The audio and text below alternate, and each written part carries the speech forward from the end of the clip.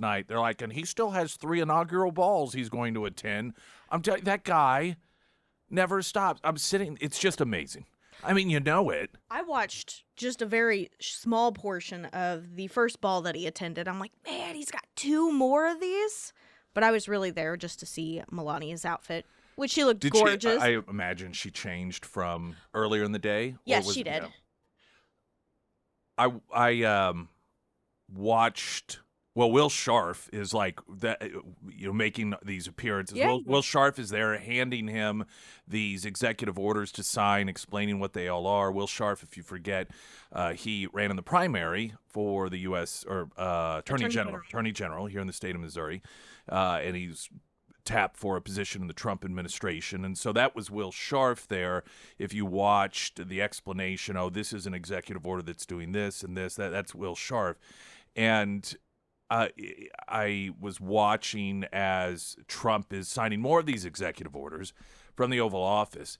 And with just the total casual ease, he's having conversation. He's letting the media, they're throwing questions at him, and he's answering them. It's just very casual, unprepared.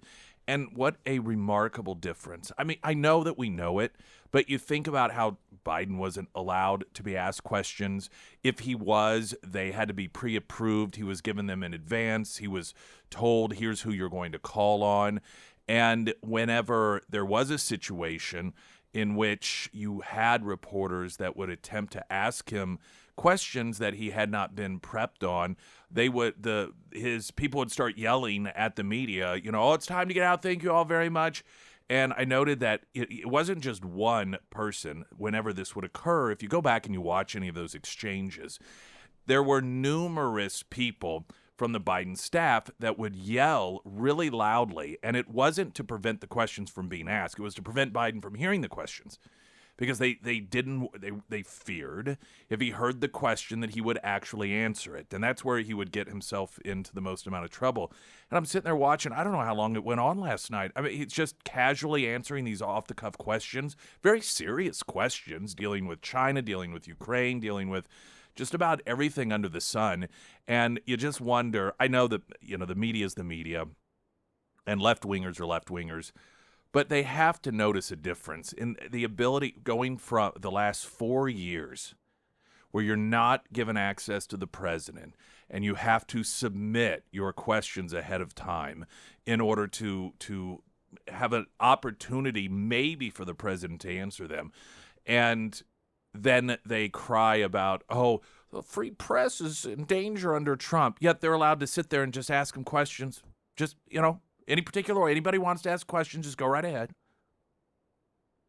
I would think that if I were a journalist, that would be refreshing. It would be,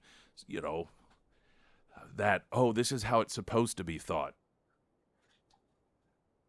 Now, we'll talk about the not just the pardons that Biden presented for his family and for a number of other people, of course, but the pardons that were issued by Trump. About 1,500 of the J6ers pardoned, as well as at least one pro-life grandmother, who, by the way, was a person of color that was imprisoned by the Biden administration for praying outside of an abortion clinic and allegedly hurting the hand of a worker whenever she was blocking the door. 3 years plus, I believe she was sentenced. So a pardon for that individual, and just a lot that has been going. There's so much that Trump has been getting done that it can really get lost. So we're going to rapid fire some of the stuff, some of the people who have been fired already, some of the people who have quit. Within, I think, 10 hours, Milley's portrait was removed from the Pentagon. Good. This is a guy who openly admitted that when Trump was president, he communicated with his counterpart, with the enemy, China, telling him, don't worry, if the president of the United States, then Donald Trump, is going to make any sort of military move against you, I will give you a heads up. How the guy didn't go to prison for that, I don't know. I mean, if that isn't treason, to pick up the phone to have communication with the enemy and tell them, he wrote about that in his own book. Or it was in a book and he gave the interview. I forget which one, but it's not in dispute. He's the source of that.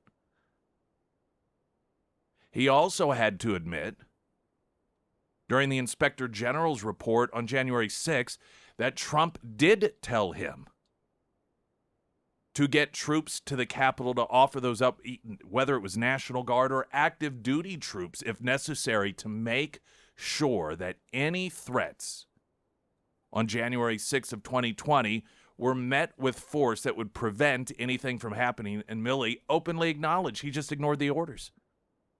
Again, not in dispute.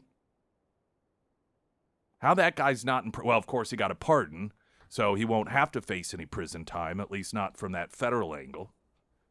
I suspect that he won't. So, much to cover today. Pyramid Roofing Company talk and text line 447 KSGF. Latest news update.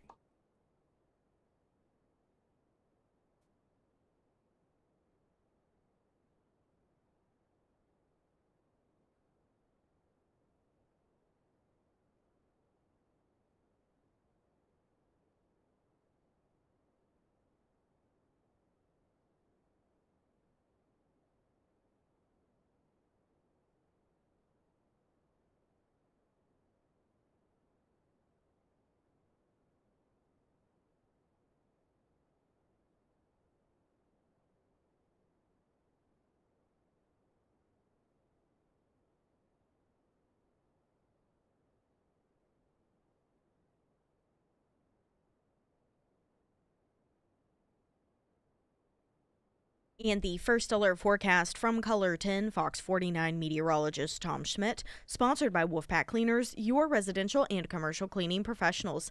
Today it's going to be sunny and cold with a high near 20. Tonight cloudy with a low around 14. For your Wednesday, sunny skies with a high near 38. And then Thursday, partly sunny with a high near 34.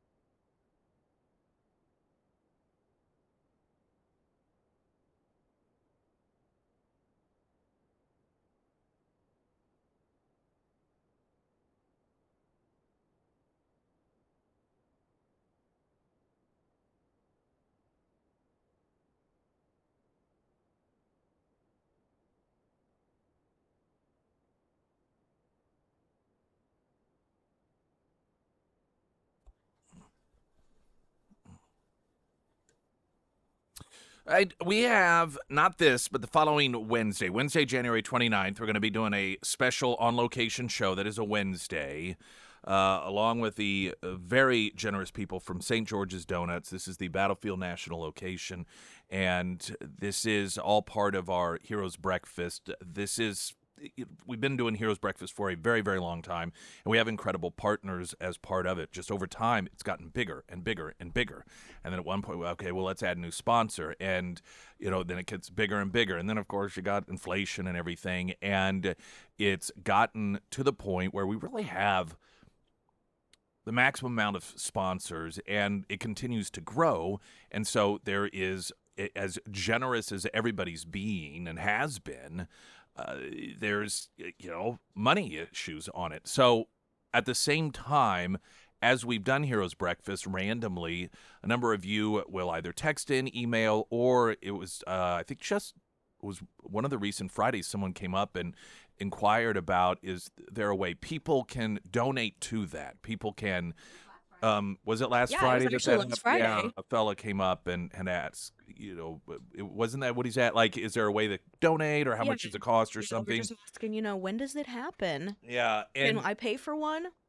And so the timing of the question, this was already underway. We just hadn't announced it yet. It was just, I don't know, appropriate, I guess, that he had asked at that moment. But so what we're going to do on Wednesday the 29th, we're going to be doing the show at St. George's Donuts. Now, depending on the weather, we may be outside. I don't know yet. If it's like it was today, or like it's going to be today or yesterday, then we may not. But we're going to be doing the show there. And then St. George's, they are donating donuts. And then we are, for donations, going to do a donut drive. And the money that we raise is going to go to those Heroes Breakfast. And this will be part of the donations that come from our other partners, Warrior's Journey, Air Services, Heating, Cooling, Plumbing, Electrical, and Delta Roofing, and Scramblers, all so extremely generous. But it's just, the popularity of it. And we've talked about one of the things we just do not want to do, just been adamant about putting a limit on it. Saying, well, okay, we have enough in order to pay for this, and so that's this many people. We just have been very adamant. We're not going to tell, once 140 people come in, 141, oh, sorry, no, you missed the, you didn't get in. We want to be able to provide, as do our partners, breakfast on those Heroes Breakfast for every veteran that comes out. And so the combination of that and you all asking over time, hey, do you guys need donations for this? Is there any way we can help out? Is how we formulated the idea with St. George's Donuts to do this. And so we'll be just doing the show that day, and if you're familiar with that, that corner there, and it's in the strip mall, and there's essentially two different ways to get in and out, and we're going to be set up that'll accommodate either which way. At least that's our goal and our hope. And we're going to make it as easy, hopefully, as possible. Warrior's Journey, I believe they are going to be on. I know they're going to be on hand, but they will be able to take electronic payments. I know people don't always carry cash like they did 20, 30 years ago. Cash, of course, will be welcome, but we should be able to also take forms of electronic payment as well. And we hope that you come out and get fantastic donuts. Again, huge thank you to St. George's Donuts. They're donating so these are going to be fresh, like right out. These aren't donuts that are packed up a few days in advance. We're talking about fresh donuts, and 100% all of the proceeds will go to the Heroes Breakfast. Hopefully, would like to raise enough that, along with our other partners, we have a year's worth of financing for the Heroes Breakfast. So that will, again, be coming up on January 29th. We'll be reminding you about it and talking to you about it as we get closer to that date, and I just hope that it's one of those really mild I just days. looked it up. It says about 50, so that ain't too bad. No. But of course, this far out. I was going to say, and I'm at the high for the day, so who knows? It'll probably be like 30 when we're out there. Yeah, so we'll see. We'll see. All right. Donald Trump signing a lot of January 6th pardons after inauguration. One of his first actions yesterday, signing these pardons, about 1,500. Quote, tonight, I'm going to be signing on the January 6 hostages, pardons to get them out. He told a crowd at the Capital One Arena in Washington, D.C., as soon as I leave, I'm going to the Oval Office. We'll be signing pardons for a lot of people, and that he did. Now, there are, I don't know that the specifics of this have come out, but when questioned, it appears as if these pardons are pardons that were given to people that were not accused credibly or at all of any sort of violence towards law enforcement. And, the vast, vast, vast majority of these people just wandered in when the doors were opened, and they were, just talking to law enforcement, hey, how are you? Doing great, not realizing what was in store for them as Trump supporters. They had no intent to do anything in terms of, damage or violence. And, of course, we saw that there were some that did engage in violence, whether it was provoked or not. And so those cases are going to be a little, I think they're going to take probably a bit more evaluation. I think this is the smart approach and the right approach to take, that those, if that is what is going on here, and it appears to be the case, those that just, again, came in, wandered in, or they came in because they were invited in when law enforcement opened the doors, those people, you're pardoned. I mean, some of these people still haven't, on the left and in the media, they recoil at the labeling of these individuals as political prisoners. Some of these individuals still haven't faced trial. Think about that. That is what happens in a tyrannical regime. Somebody comes into power, they imprison political opposition for years without trial, and they only get released whenever that totalitarian regime is thrown out of office. That's exactly what has occurred here. Now, some of these individuals have gone to trial, some have pled, but you have some of these instances in which, some of these people are just in this total limbo. And I'm sorry, if you are sitting in a prison cell or jail cell for 4 years for wandering into the Capitol and not committing any sort of act of violence, when other people who are left-wingers will storm the Capitol. And we've seen this even during the Biden administration, particularly after October 7th, these left-wing activists that storm the Capitol and get into physical struggles with law enforcement, and nothing happens to them whatsoever. Nothing. J6ers that did the same thing or less and have spent all this time, they are political prisoners. And I use that label because if it weren't for their political position, they would not have been put in jail like this. And we know this because people who did not share their political persuasion, who did similar things, didn't even get as much as a ticket. It'll be interesting to see the visuals. I don't know about you, but I just imagining, is it just going to be the doors open and a flood of 1,500 people all come out at once? Are they going to trickle out? I suspect that Trump is going to make sure that they are let out as soon as possible. There were all sorts of rumors, I guess. I don't know if you would call them rumors, but people were saying that there were planes that were waiting to take them home. Whether that was true or not sure. Some of these individuals, probably their families have been drained of all their resources, and they may not even have a way to get home. They may not have the finances to get home. So just the logistics of it, that sort of thing always interests me.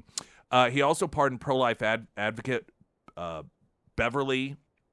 Betty Williams, a wife and mother who had spent 3 years in federal prison for reading scripture outside an abortion clinic and blocking a door. Now, again, if she were some pro-abortion individual and breaking federal law by protesting outside Supreme Court justices' home, not a thing happens. But if you're pro-life, you pray outside an abortion clinic, you preach outside, share the gospel, the Biden administration throws you away for 3 years. 3 years in federal prison she spent.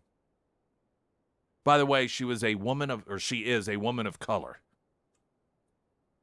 So she, too, has been pardoned. All right, some of the firings coming up here. Springfield's Talk 104.1. I'm Nick Reed.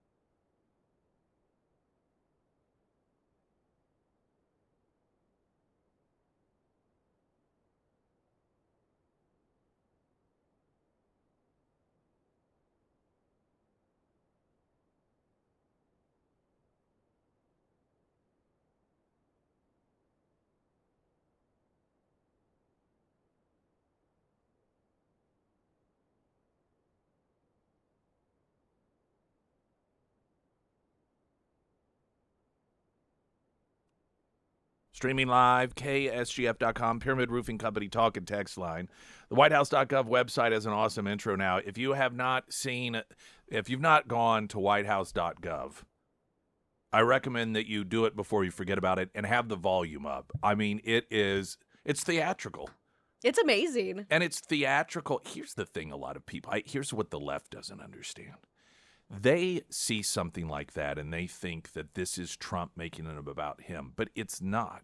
It is something that is done so that Americans can feel proud, so that there is a reflection of the White House that shows why it is that Americans should be proud, that we are a strong nation, we're an acceptable nation, and exceptional, rather, nation. Trump feels that way, and he recognizes that a huge portion of the American population feels that way also and wants to get back to feeling that way. And so that theatrical, now it's just this I'd say, what is it, 20 seconds, maybe 20, 30 seconds. When you go to whitehouse.gov, it's this theatrical introduction. And it's just, you watch it and it's incredible. One of the things that I really liked that he did yesterday when he was signing these executive orders at a rally. Usually the executive order, they're, surrounded by all the important people. Trump does it at a rally. Will Scharf is standing there. He's got all these pins. And then when he's done, so those pins usually go to the VIPs. The pins go to the Chuck Schumers and the Mitch McConnells. And, they either will keep them or they'll give them to big donors. Trump throws them out to the audience. throws out. I mean, can you just you think about that? And in his mind, it's because that's who the president. These are the people. These are the American people, and these things, these actions belong to the American people. It's just such a different mindset, and the default. And I'm telling, and it's not just Democrats. I mean, Republican establishment as well. Is you keep those little things to give as tokens to people that are VIPs again. Trump, his just instinct. He doesn't even think about it. Never crosses his mind. Of course, he doesn't rely on big donors. He doesn't need big donors. He's never needed big donors. It's one of the reasons so many people like him is because he's not beholden to the same people that Joe Biden and Kamala Harris and the Democrats have been beholden to, and a lot of Republicans as well who have run for president in the past. Trump is not beholden, so it never crosses his mind, oh, well, these pins should be kept for the big fundraisers or the bundlers. No. His instinct, just throw them out to the crowd. And the average American out there gets a little piece of that history because to him, it belongs to you. It belongs to us. And that is such a profound difference. Traffic update, I'm Nick Reed.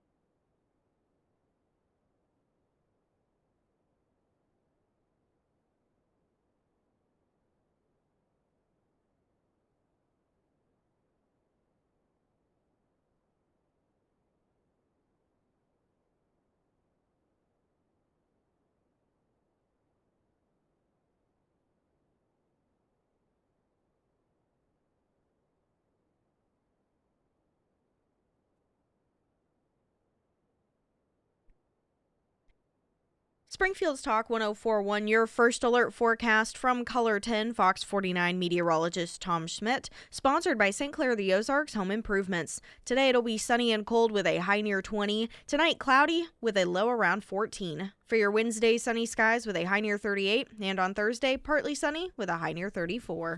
Trump fires immigration judges as border security becomes a top priority. New sheriff in town on immigration. Trump making and is expected to sign new executive orders that will declare the national emergency at the southern border. Much of this, of course, he announced throughout the day yesterday, and allow for the deployment of National Guard units to repel the illegal alien invasion we've been subjected to for the past 4 years. One way to do that is to shore up the legal backbone by having quality immigration judges, which the president wasted no time in reshaping. He fired a slew of them yesterday. Immigration judges, the gatekeepers to asylum requests, the president looking for new ones, jurists who aren't for open borders. Via the New York Times, the acting head of the U.S. immigration court system and 3 other top officials were fired on Monday, soon after Trump took office, according to 3 people familiar with the matter, in a purge of the top echelon of a critical part of the government's immigration system. Boy, he's coming in different than he did 4 or 8 years ago, isn't he? Not that he came in poorly 8 years ago, but we thought he came in guns a-blazing 8 years ago. And I mean, it's just boom, boom, boom. The thing is, he's been all of this stuff was put in place to do on day one. And I know that may go without saying, but just to watch the serious nature of, no, we're fixing these problems. The abrupt removal, writes the New York Times, signaled the Trump administration wants to remake the immigration court system, which is housed under the Justice Department, as part of a broader immigration crackdown that Mr. Trump began within minutes of being sworn in for his second term. Immigration judges oversee an essential part of the system, granting asylum to migrants whose claims pass muster and ordering the deportation of those cases that do not. Tom Jawetz, a senior lawyer in the Homeland Security Department in the Biden administration, said the move suggested that Trump would try to insert loyalists who could undermine veteran career officials into key roles, as he did during his first term. This is the different mindset of establishment versus Trump. And it's part of the reason that the media and so many establishment people are horrified about all of this, because to them, government is this godlike entity that if it weren't there, all of these horrible things would happen to people. And these people who work these jobs, these bureaucrats, it's almost as if government is there to give them jobs, not to actually have a successful outcome. So they're worried about veteran career officials and the jobs, while Trump's number one priority is enforcing the border. Meaningful results. Trump fires U.S. Coast Guard commandant over DEI and border security failures. There were reports that Trump, this according to Town Hall, the Trump administration was mulling a warrior panel to purge the military of woke brass. The president signed a slate of executive orders to rid the government of federal DEI programs to secure the border and get America back on track to greatness. Not even 2 days into the presidency, already firing people. Fox News reporting the commandant of the U.S. Coast Guard has been terminated over concerns about the border, recruitment concerns, and an erosion of trust, a senior DHS official confirmed to Fox News. Admiral Linda Lee Fagan has been terminated by the acting Secretary of Homeland Security, Benjamin Huffman, the official said. Fagan has demonstrated leadership deficiencies, operational failures, and an inability to advance the strategic objectives of the Coast Guard. These include the failure to address border security threats, insufficient leadership in recruitment and retention, mismanagement in acquiring key acquisitions such as icebreakers and helicopters, excessive focus on diversity, equity, and inclusion initiatives, and an erosion of trust over the mishandling and cover-up of Operation Fouled Anchor. Another officer, a general named Charlie Brown, stated that his goal was to make fewer white people in the U.S. Air Force vow to stay. I'm not sure how long that is going to last, writes Town Hall. See, you're going to notice, well, there's a couple things here. Isn't it refreshing that people lose their jobs when they fail at them? We've spent 4 years of watching humiliating failure after humiliating failure after humiliating failure, whether it's at the border, responding to disasters, or dealing with the Afghanistan withdrawal, the Afghanistan withdrawal itself. And no one ever, failure is rewarded, has been rewarded for the past 4 years. And that, of course, is an extremely dangerous signal to the rest of the world, because then, particularly our enemies, but also our allies who rely on us, they are sent and receiving the message that failure is not only acceptable, but it's rewarded, or it has been for the last 4 years. And to have somebody come in, Trump's not getting rid of these people because they're not loyalists. That, of course, is how they're going to be portrayed. These firings, the media is going to portray this as Trump. He's trying to purge anyone and everyone that's not a supporter of his. Now, of course, let's not forget, and Pete Hegseth is a reminder of this, or Hegseth is a reminder of this, that one of the first things the Biden administration did was purge the military of anyone that they thought were Trump supporters. As usual, their projection is going to portray this as Trump doing what Biden actually did do, but Trump's not getting rid of people because they aren't loyal to him. He's getting rid of people who have failed. And he lists the failures, again with the Coast Guard. Didn't address border security threats, insufficient leadership in recruitment, insufficient leadership in retention, mismanagement in acquiring key acquisitions such as icebreakers and helicopters, and focusing on things such as diversity, equity, and inclusion initiatives, which of course distracts from the meaningful things in which the failures are occurring. Trump also signed an executive order revoking the security clearance of the 51 intelligence officers who signed a letter falsely claiming Hunter Biden's laptop was Russian disinformation before the 2020 presidential election. And then, of course, that was used in order to censor the American people having conversations about this in the media and on social media. The order also authorizes further investigation into those involved in the publication of the infamous letter. It requires the Director of National Intelligence, its consultation with the Director of the Central Intelligence Agency, to revoke any current or active clearance of the listed 51 individuals. And by the way, why did they have it anyway? Former Director of National Intelligence James Clapper, former CIA Director Mike Hayden, John Brennan, and Leon Panetta, and former National Security Advisor John Bolton, all on the list, as they should be.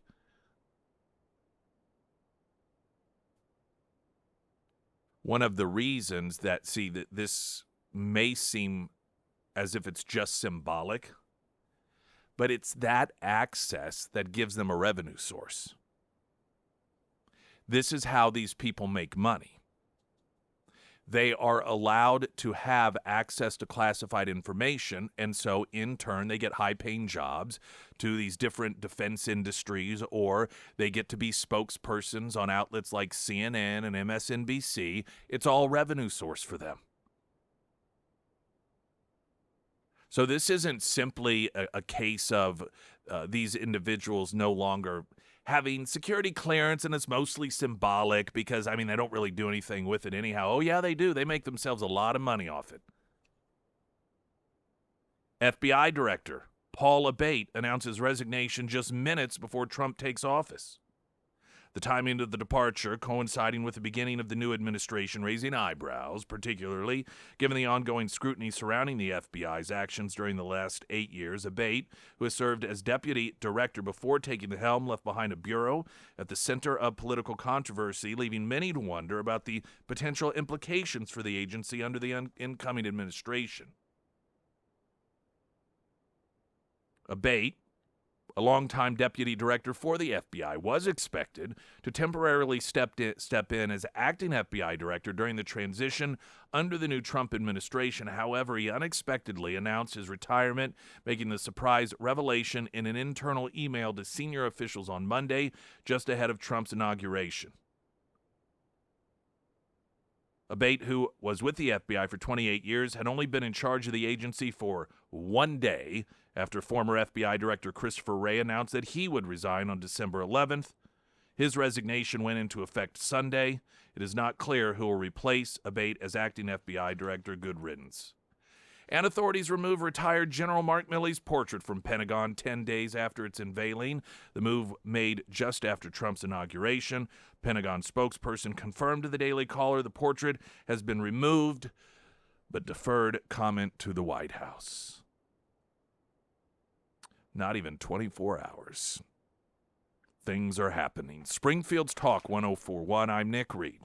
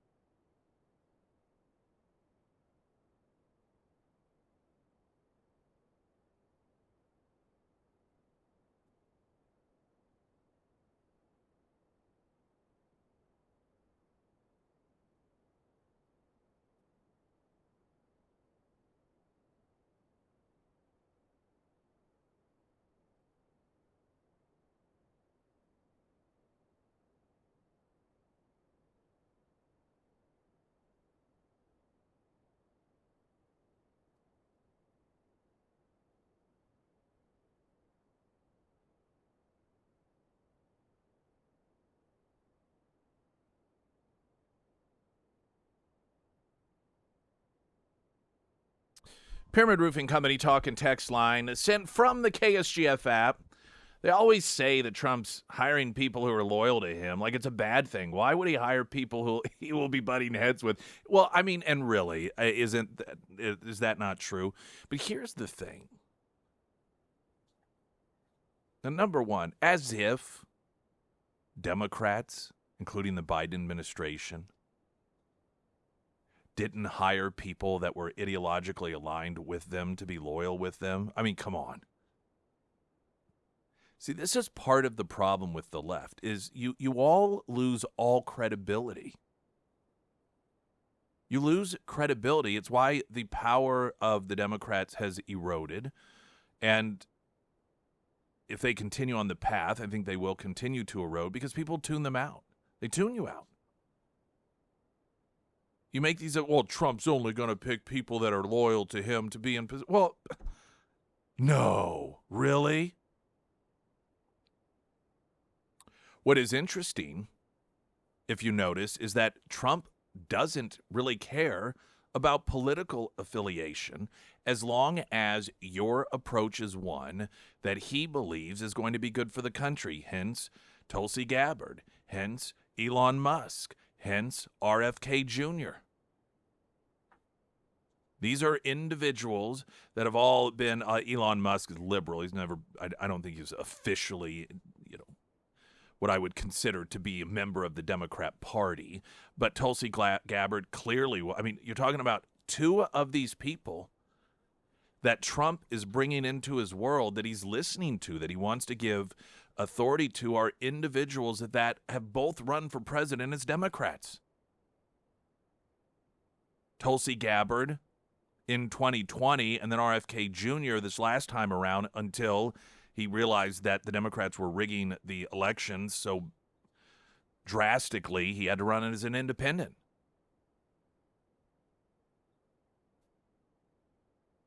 You know, this is something that we claim and is that something a dictator would do? Bring in the opposing political party? He doesn't dismiss them out of hand. He doesn't say, no, you're on that side, I'm not going to listen to you. He actually listens to the other side. And if what they say makes sense, then he embraces it. I thought that's what we wanted in this country. This is the virtue signaling that we see is nothing but virtue signaling.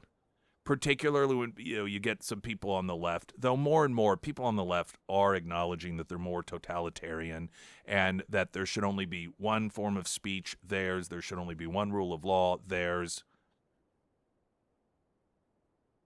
But the virtue signalers out there, well, it would just be nice if there, we had partisanship we had bipartisanship, and if each side would just sit down and listen to one another. Well, Trump does that. That's how he ends up with an RFK Jr. and a Tulsi Gabbard. Well, but they're not Democrats anymore because the Democrat Party ran them off because they, too, were willing to do what the virtue signalers claim that they want, and that is bipartisanship when it makes sense. Bipartisanship to the left means comply with us. That's what bipartisanship is.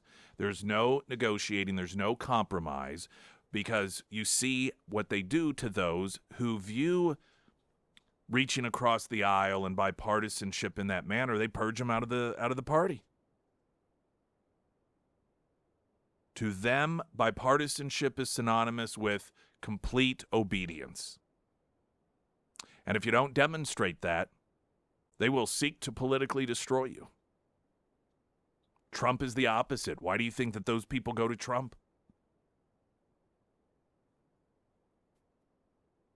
All right, so some of the things coming up, we do have audio from throughout the day. Also, the media, I love this reaction to all of the pardons from Biden or of Biden's family. The media is expressing, and I think some Democrats are as well, that they're unhappy with this, that they think that this is not a good thing.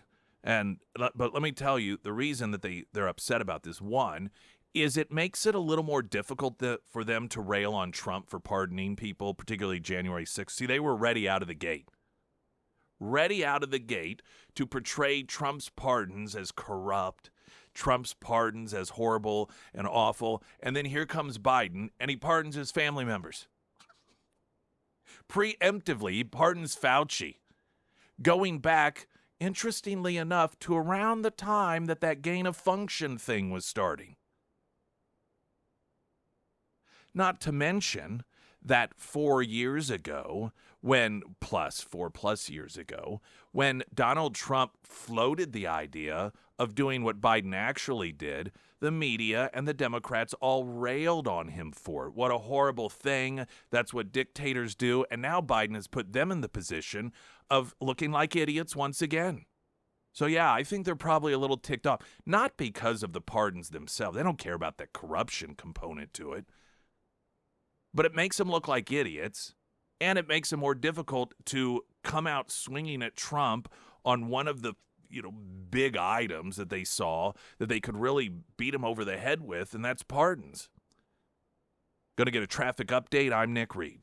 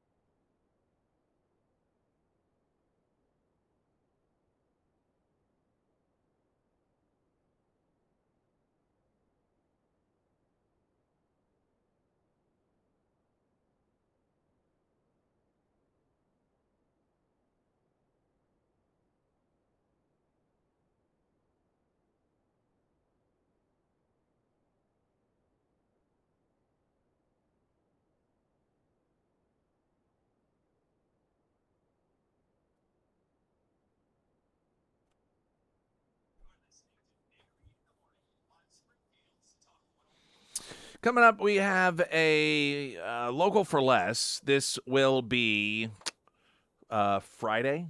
Is this week of $50? Does it say here? These are always Friday at 10. Oh, yeah, there it is. Friday at 10 o'clock.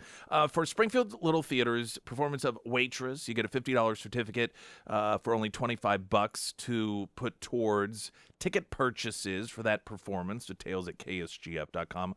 Also, Ain't Too Proud, The Life and Times of the Temptations. A live show at Juanita K. Hammonds Hall for Performing Arts from January 28th to January 30th. Your chance to win a pair of tickets to that show by registering at ksgf.com. And Bradford Light on the shelves at Macadoodles and Price Cutters. And if you have a favorite retailer, you can request that they carry it as well. Also, Pineapple Life Coach. That's a little more for those that like maybe just something a little bit different. Usually, if you it seems like IPAs are pineapple, and this isn't very hoppy at all. So if you kind of like the idea of a not too sweet, it's not too sweet, it's a clean taste, a pineapple beer, but you don't like the hoppiness, then Pineapple Life Coach may be for you. That, along with, as I mentioned before, Bradford Light, available at Macadoodles and Price Cutters. All right, so coming up in the upcoming, see, what is it, PBS and CNN accusing Elon Musk of doing a Nazi salute. Yes. I think these people, this is why people do not take you seriously. They do not take you seriously.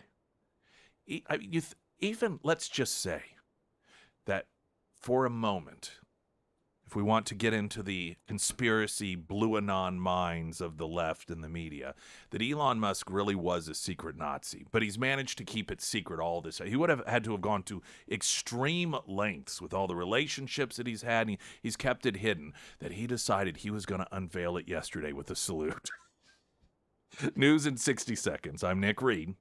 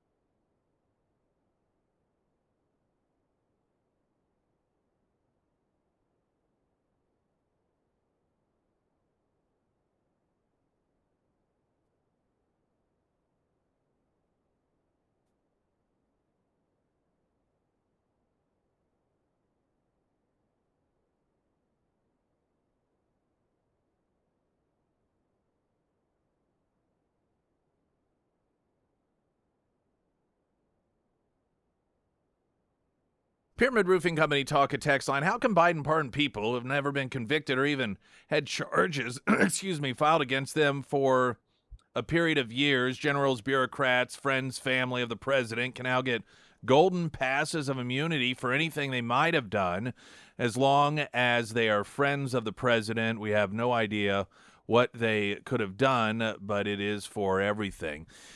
Now, I've got a disagreement with, I'm not a legal scholar, but they talk about how, this is just an unfettered power, and pretty much the president, when it comes to pardons, can do whatever it is he wants. But see, to me, a pardon is applicable to someone who has been at least charged, if not solely convicted of a crime. So I can't imagine. To me, it's by definition, it can't be for future pardons, because by definition, a pardon is related to an individual who has been or is facing, these criminal federal charges, and that's not what's going on here. Because this is, if we say, and many legal scholars say, no, yeah, this is probably legit constitutionally. Well, then you could also pardon people for future crimes. Why could you not? If you can pardon somebody for something that they've never even been charged with, and the rationale for that is because, hey, when it comes to pardons, presidents can't be challenged, they can do whatever they want, then why can't Trump say, I'm going to pardon this person, this person, and this person for any crime they commit in the future? Well, now you can't do that. Well, why not? And maybe there is some legal distinction, but I've not really heard that part of this discussed. But if you are, as president of the United States, able to pardon people for things that they've never even been charged with, then why does that not apply to the future as well? That's just, my question on the whole thing. Elon Musk is being accused of throwing a Nazi salute because, of course, that makes sense, right? That's what he would do.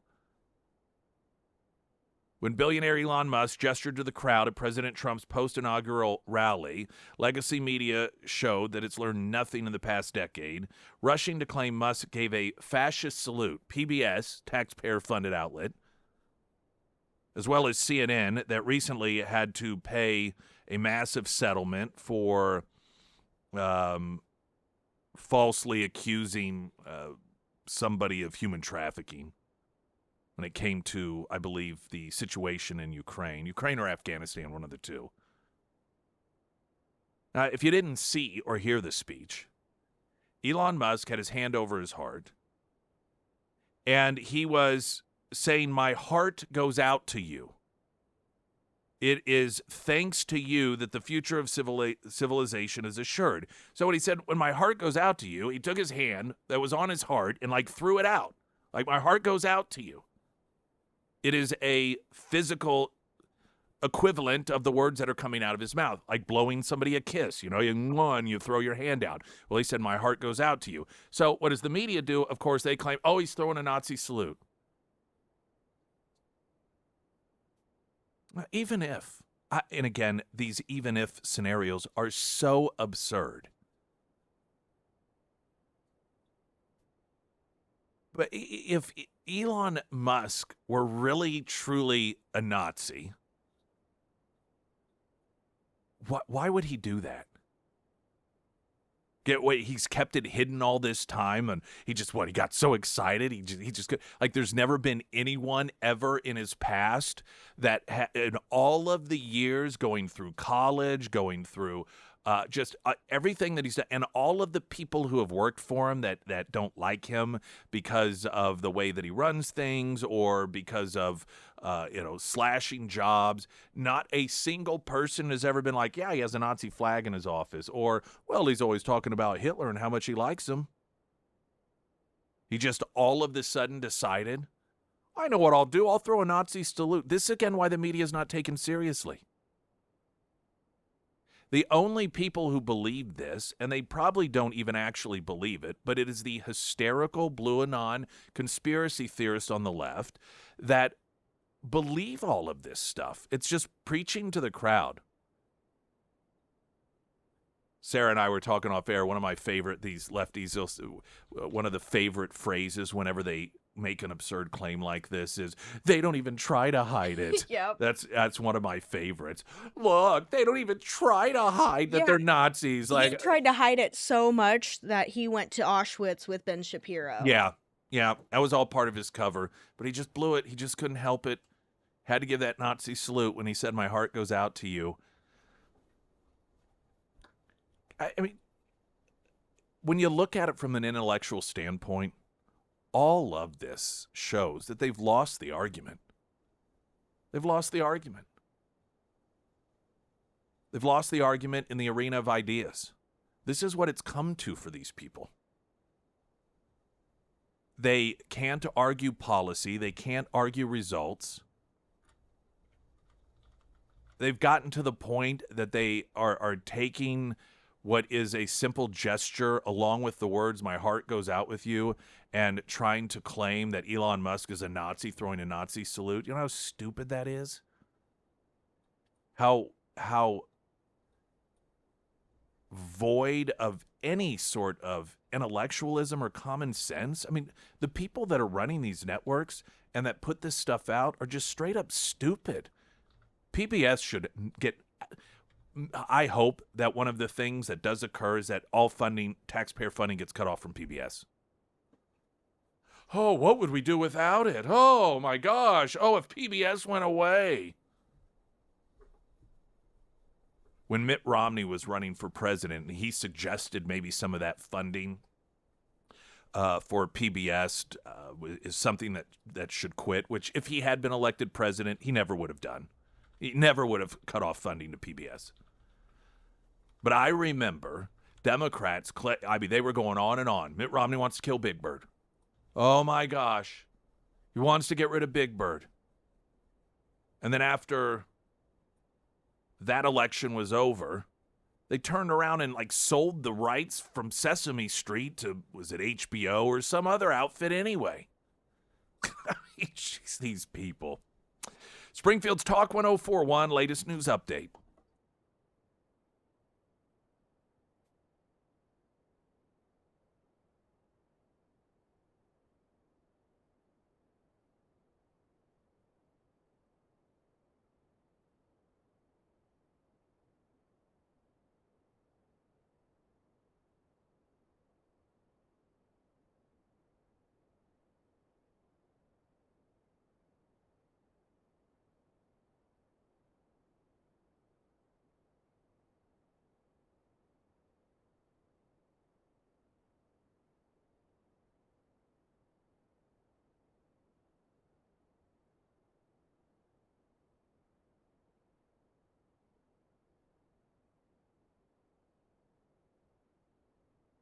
And the first alert forecast from Colorton, Fox 49 meteorologist Tom Schmidt, sponsored by Wolfpack Cleaners, your residential and commercial cleaning professionals.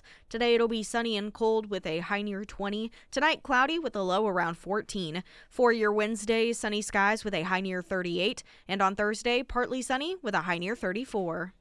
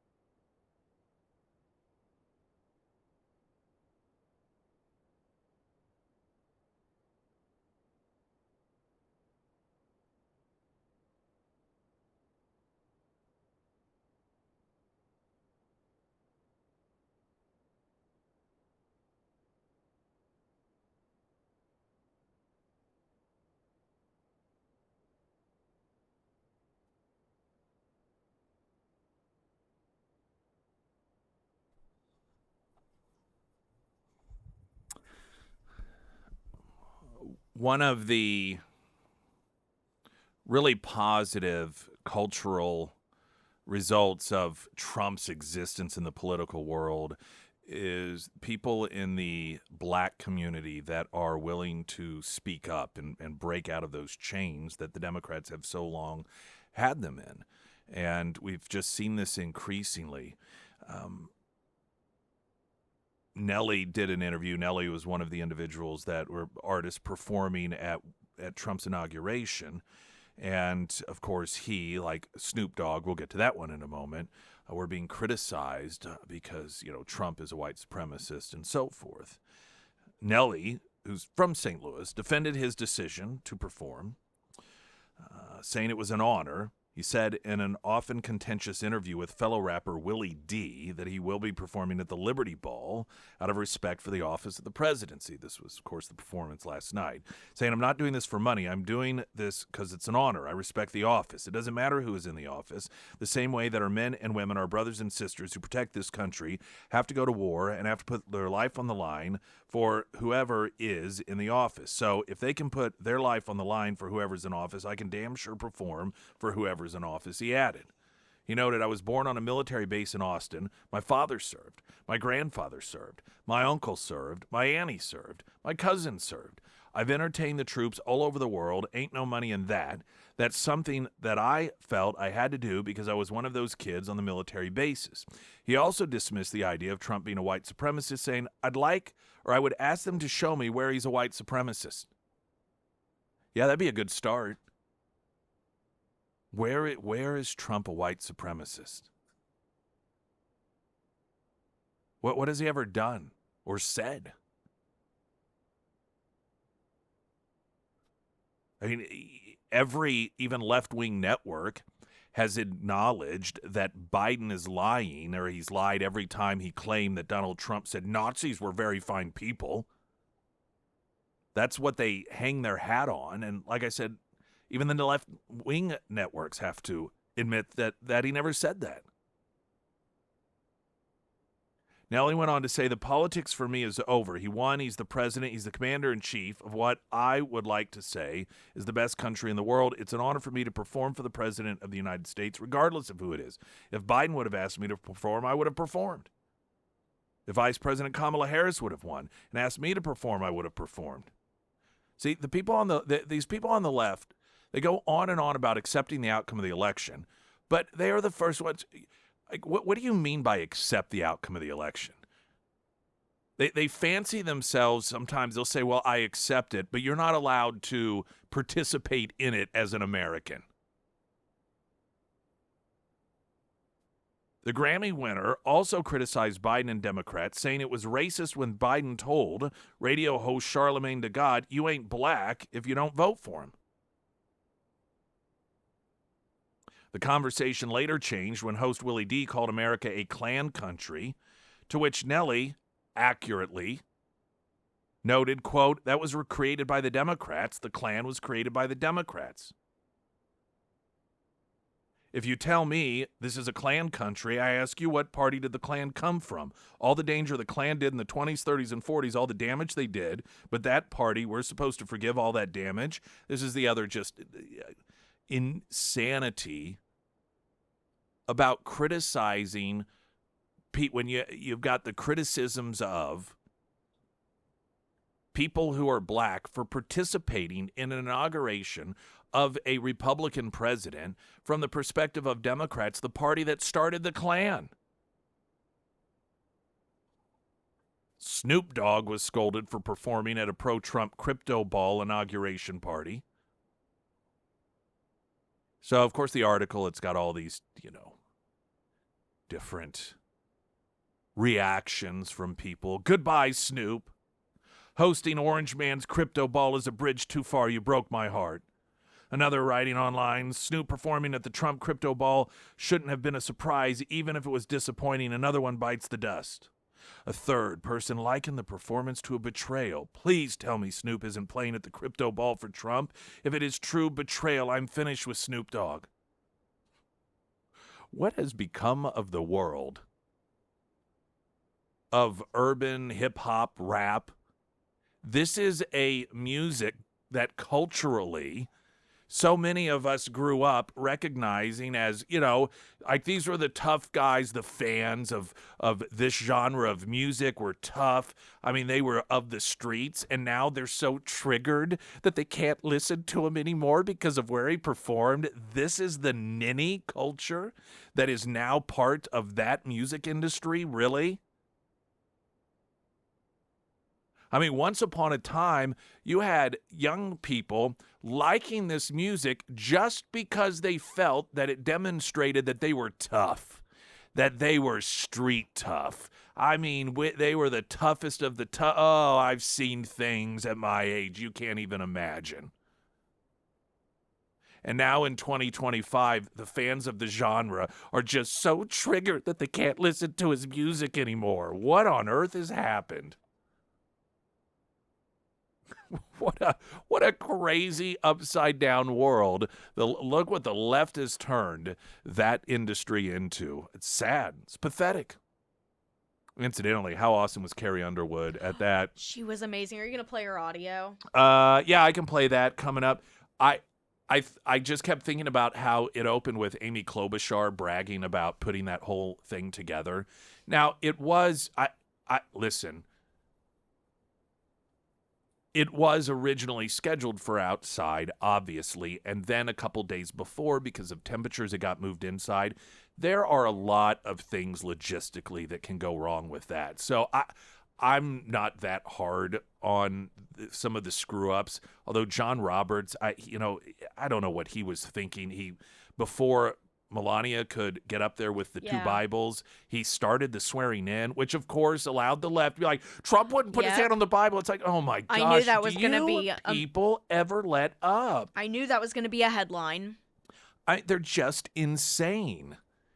And there were two Bibles. This was something that had been reported on days in advance. One was it's the Lincoln Bible, and the other one was the Bible that his mother gave him. That's very important to him, and so the plan was for him to swear on the Bible, on both of those Bibles. But again, John Roberts, for whatever reason, did not wait for the family to get up there and Melania to get up there with the Bibles. And he started the oath early. So of course, I guess somehow that means Trump's not actually president and Kamala Harris is. Springfield's Talk 1041. I'm Nick Reed.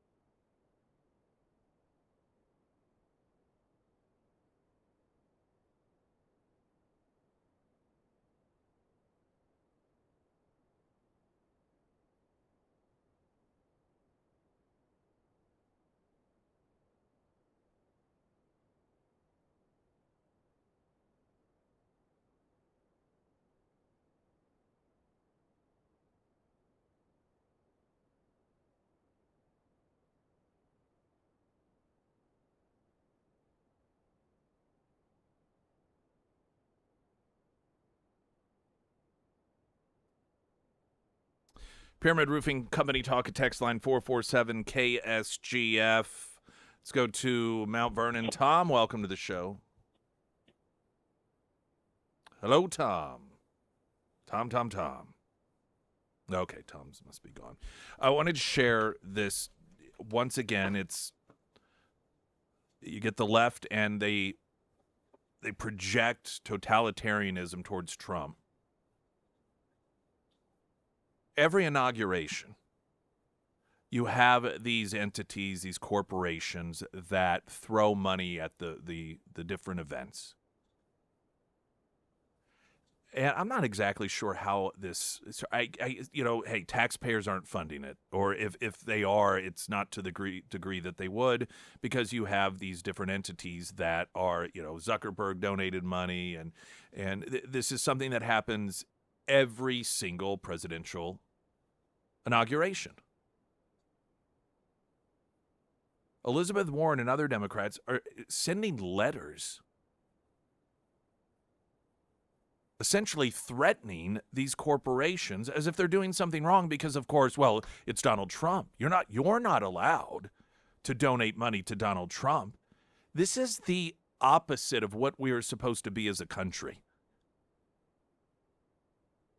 If you are an individual and whether it's your own donation or money that is part of your company or corporation's business, and you want to put some of that money towards inaugural events, you should not have to worry about the opposition party sending you letters on official congressional letterhead demanding answers. For a political party that, once again, claims that Donald Trump is some sort of dictator that should be feared, here they are demonstrating that they are the ones who should be feared. No American citizen who participates in the democratic process and the peaceful transition of power and donates their money to some sort of political cause should have to worry about U.S. senators coming down on them for it. Elizabeth Warren and other Democrats now sending threatening letters to people and companies that donated to Trump's inauguration. Now, Hot Air reporting that that these different entities, Michael Bennett, I'm not even sure where he's a U.S. senator. Obviously, we all know Elizabeth Warren and some others are sending these letters out to these different entities. Now, Biden took tons of money from corporations. Obama did the same thing again. And they demand to know details. Well, when did you donate? What did you get in return for it?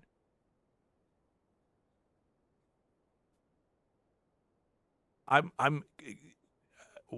watching it. It's not just people like Elizabeth Warren, but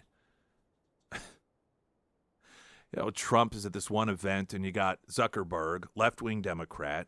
You got Jeff Bezos, owner of left-wing Washington Post. He's a left-wing Democrat.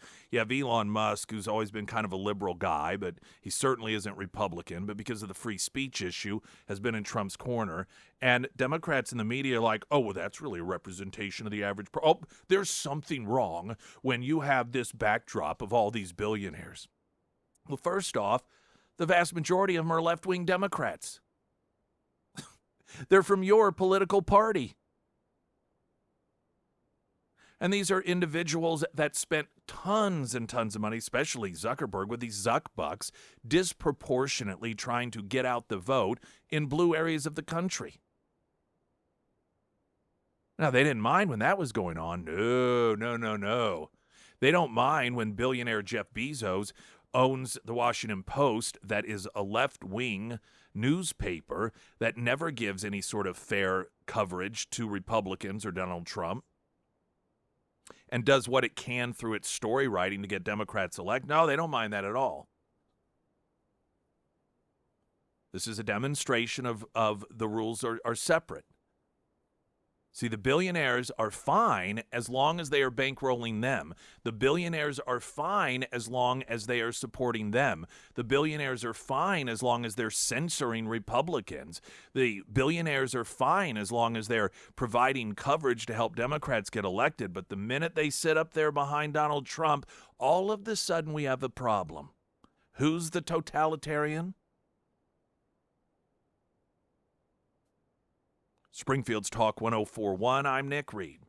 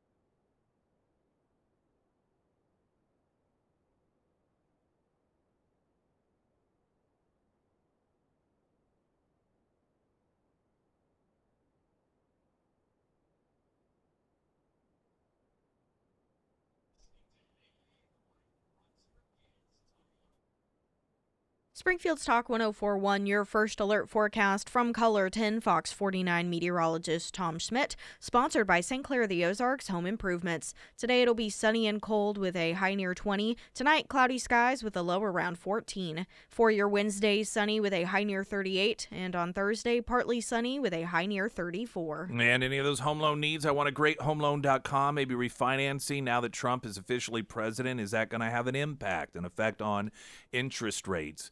What if you're in that final 10% of paying your house off and you got a little extra money? Should you go ahead and do it, or should you not pay it off? It's an interesting question. The conventional wisdom is, oh yeah, pay it off as soon as you can. But there may be instances in which you can more wisely utilize your dollars. That's a landscape that can be laid out for you by the characters in their team at iwantagreathomeloan.com. They're not just about providing you that service of refinancing or home loans, but information to help you make what decision is best for you at iwantagreathomeloan.com, because you do. Therapists were suggesting group crying forest bathing to cope with the stress of Trump inauguration day, according to reports. As president-elect then, this story is from a couple of days ago, Donald Trump's inauguration approaches. Some Americans are dreading the Republicans' return to office and experiencing increased anxiety. Time magazine reported Friday about 11 science-backed activities people can try on Monday to cope with their sense of hopelessness about the incoming administration. Here, I'll give you one to start with. Stay offline. Don't get on social media. See, the thing about the left is they want to get themselves all depressed. They claim that they don't, but they feed off of it. If you watch the things that they post on social media, it's clear that it feeds something. Some people are fed by positive things. Some people are fed by being in the service of others, talking about feeding themselves emotionally. But there are some people who feed off of their own misery. They're not happy unless they're miserable. And I'm telling you, some of the basic steps towards more positive mental health for these individuals that melt down because they're emotionally unstable over Trump becoming president of the United States. It's they won't do it. Turn off the TV. When your friends start telling you that the world is coming to an end because of Donald Trump, say, you know what? I don't want to talk about that right now. How about that for a step forward? Psychology experts and therapists suggest a variety of activities that could help those emotional about Trump's return take their focus off their anxiety and gain a new perspective.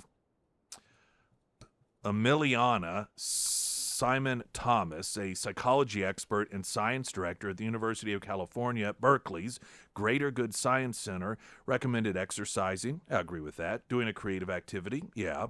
Showing an act of kindness. Yep. Smiling at strangers. Going to see a performance. These activities can boost your mood, help you regain a sense of control, and feel connected to others. Working out can wrest back a sense of power that you might feel is missing on Inauguration Day. See, these are all tips, these are normal tips. I mean, this isn't just in the context of you didn't get your way for the election. These are good points of advice. Said it may seem counterintuitive, but if you need to shed a few tears on Inauguration Day, it's healthy to let them out with one caveat: you should not do it alone. Therapists suggest group crying with friends as a way to deal with their anxiety.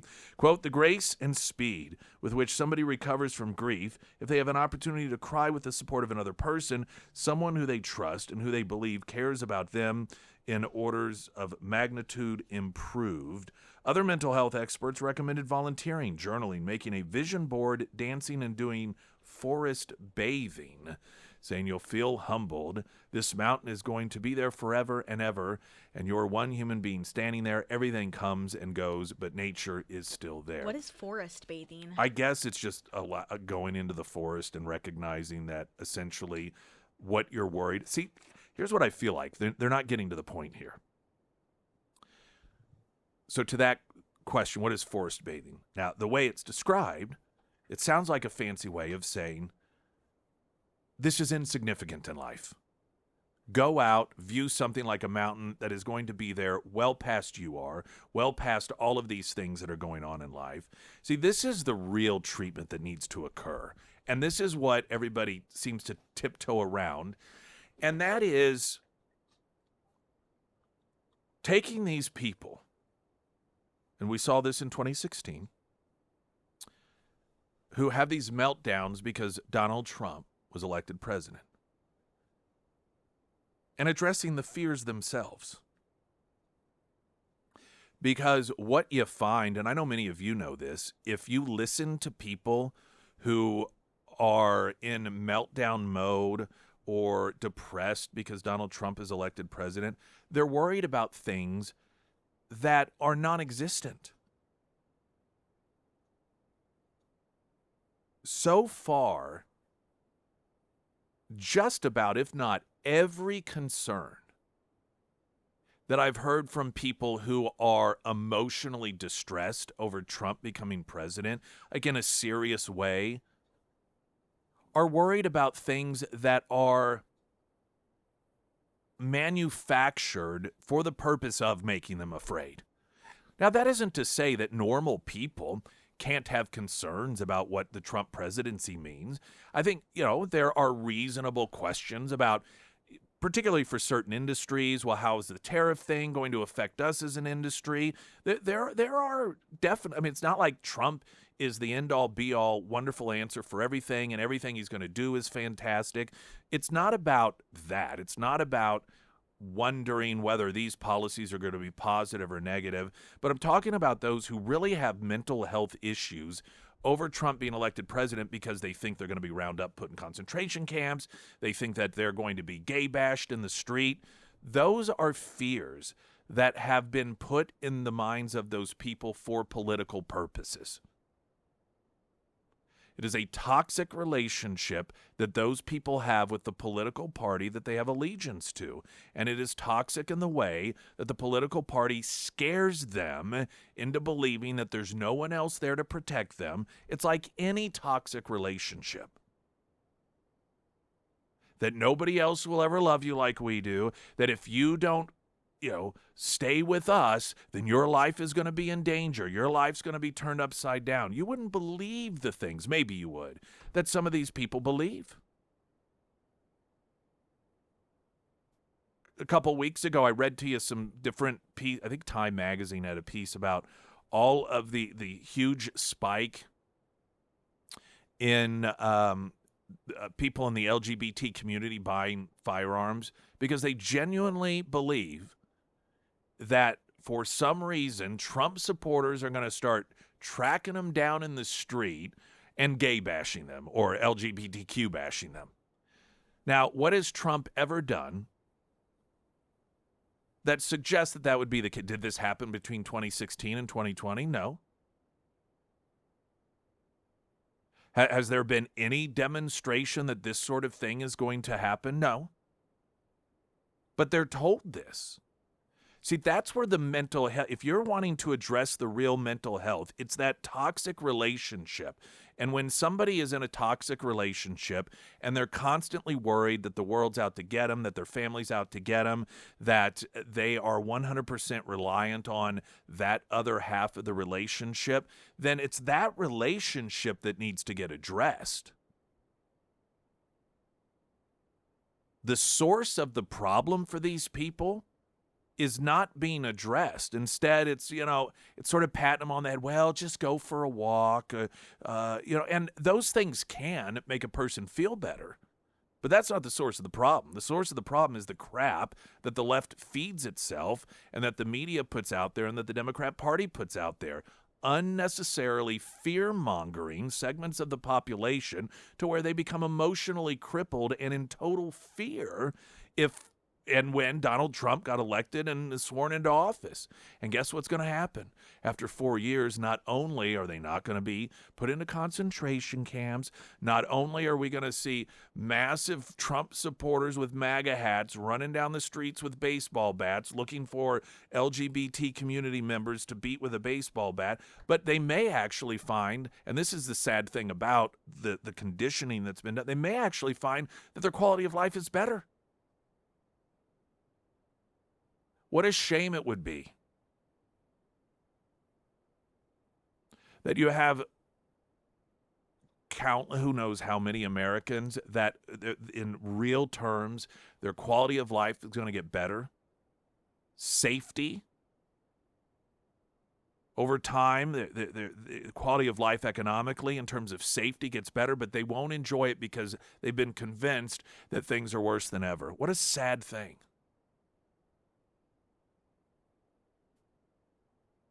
Yeah, there are a lot of people that are worried and panicked, but it's not based in reality. It is the result of nasty, toxic relationships that they're in. Springfield's Talk 104.1, I'm Nick Reed.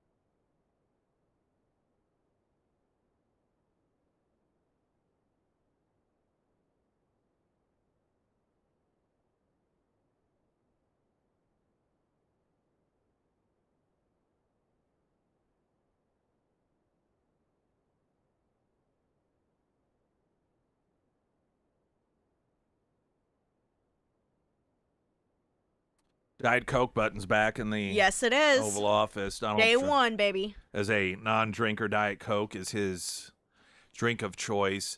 One of the many stops yesterday was this congressional luncheon, and they had is really all the tables set up, and it was other than breakfast. I mean, that was and it was later in the day. It was like 2:30 or 2:50, if I remember right, Eastern time, and Amy Klobuchar was. She sort of opened it and talked about a painting and stuff. It actually was a really nice. I thought with that she did a really good job. There was this big painting backdrop, and she talked about horizons, and she made a reference to it could be a horizon in Florida, Mr. President, and it was really nice for somebody who's hates Trump. I thought she did a really classy job with it, and so the table is there, that head table, if you will, and it's long, and you got. Trump, and then you got Melania there in the middle, and to the right was Amy Klobuchar and some other people, and then to the left, I think Mike Johnson was there and some other people, and then they start at the ends of each end of the table, and the servers, they're all very, what's the word that I'm looking for? They're very formal, and they come up almost as if in sync with one another on each end of the table with bottles of what look like white wine wrapped in the napkin, and although I don't know if it's called a napkin when it's wrapped around the bottle, but they go to pouring it. Well, Trump doesn't drink and alcohol, and while you have this in a very formal manner, these bottles of wine being poured into the glasses, then a separate server comes up and leans over Trump and has a can of Diet Coke. It doesn't take the glass away and leans over and pours the Diet Coke. I just thought, can you get any more Trump than that? It was. Did you see him with the swords? No. Oh my gosh, you have to see that video. So that Okay, I'll look it up. that was the commander-in-chief ball, okay? And so it's geared towards military members. The president and the first lady entered the stage and danced to an American Trilogy by Elvis Presley. Trump said to a cheering crowd, "I've no higher privilege in life than to serve as your commander-in-chief, not once but twice." During his speech, he gave shout-outs to Space Force, the branch of the U.S. Army. Are you seeing it now? And okay, so he ends up with a sword, and he's doing his dance with the sword, and I'm telling you, He's getting it. in my mind, I just saw it playing out where he accidentally cut someone or something. He's just, I don't know. I think he's just a funny guy, and the ability of Trump people to just enjoy his sort of not taking himself too seriously behavior. These people run for president, and they're U.S. senator. Oh, they just take themselves so seriously. And you've never seen a guy that is so serious about the job, but then doesn't take himself too seriously. And it's just such a real, authentic, genuine thing. And yeah, that dancing with the swords thing. In the upcoming hour, I am going to play some audio from the inauguration. Also, Trump talking with some of our troops in South Korea via, I don't know if it's Zoom or what, some sort of video. That was kind of a neat exchange, plus more. So that'll be in the upcoming hour. If you miss any of the show, of course, we've got the on-demand section. We've got at KSGF.com, the app, Spotify, iTunes, and anywhere else that you probably get your podcasts.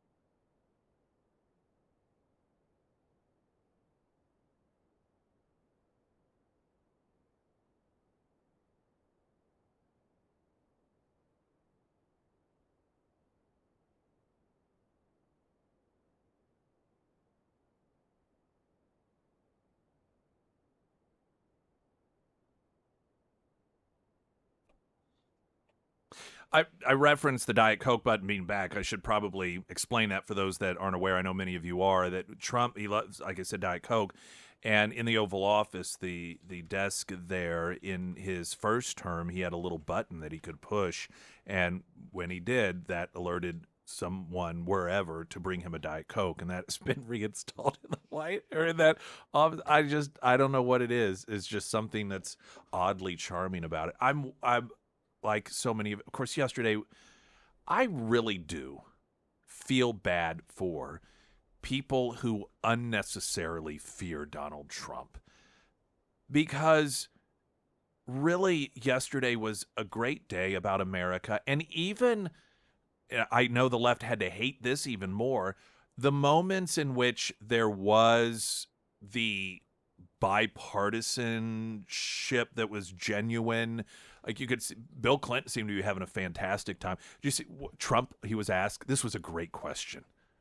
I know I'm bouncing around, but I'm thinking about different things that occurred last night when he is signing those executive orders from the Oval Office, and someone asked him a question.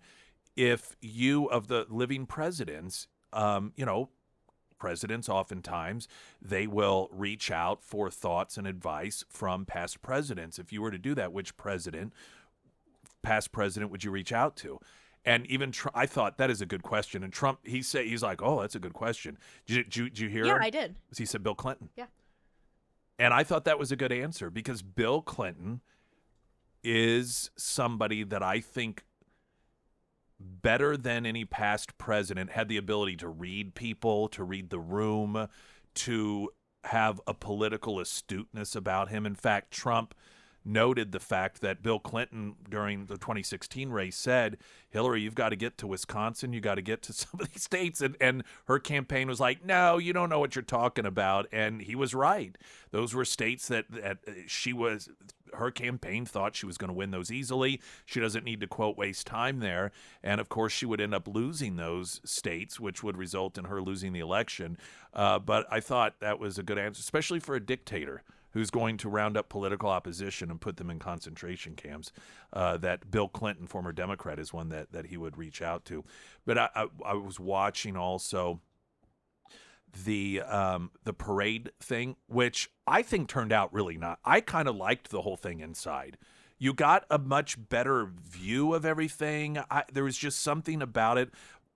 Barack Obama showing up by himself, that was just some of that because it was inside, as opposed to the big, huge outside where everybody's kind of milling in.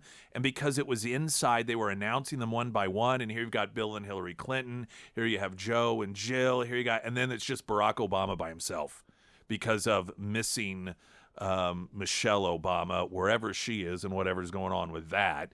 Those moments just really seem to stand out so much more, given that more intimate setting, as opposed to the camera sitting far back and just commentating about the people that are milling around and chatting with one another. We will play a few bits of audio from the inauguration itself, and then some reactions, and we'll have all that in the upcoming hour. Streaming live, KSGF.com, also the KSGF app. News in 60 seconds. I'm Nick Reed.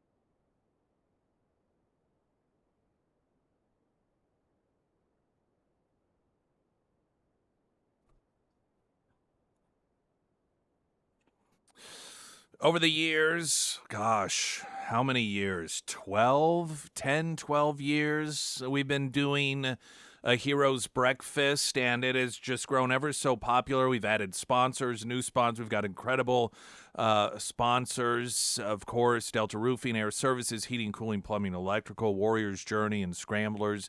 With the increasing popularity and over the last 4 years, the punishing inflation that has in particular hit food cost for local restaurants has kind of gotten us into a place where like, what are we going to do here? Because the one thing we have never wanted to do is to put a limit on how many veterans that we serve breakfast to. We don't want to say to number 151, oh, sorry, we can only do 150.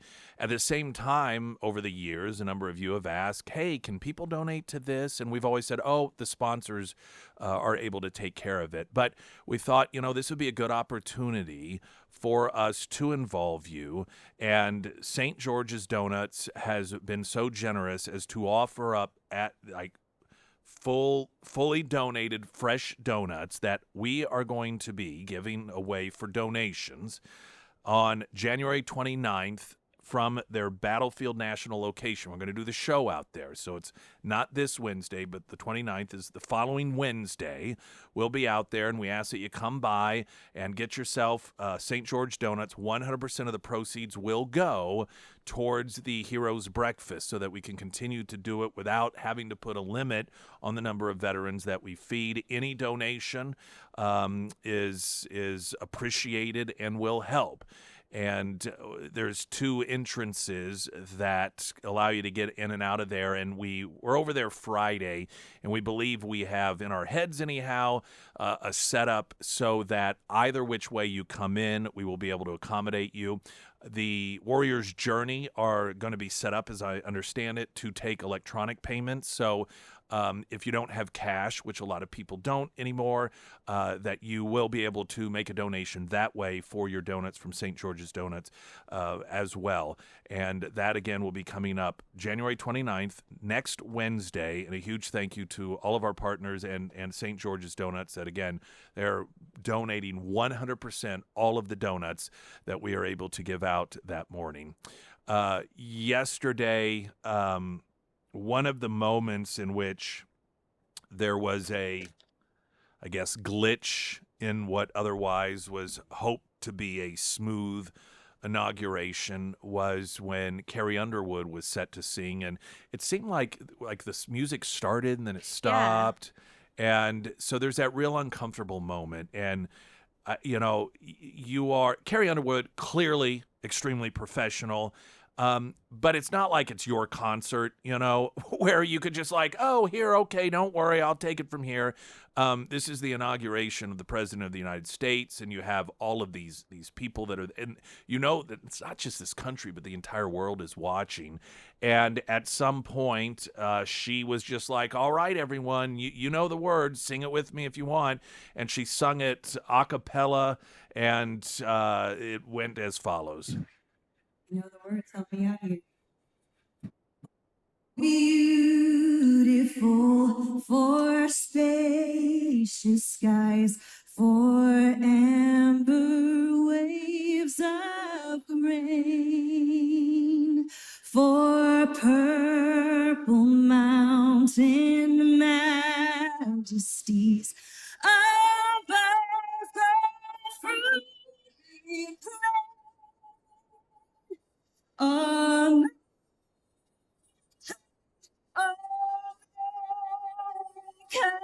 God shed his grace on thee, and crown thy good with brotherhood from sea to shining sea.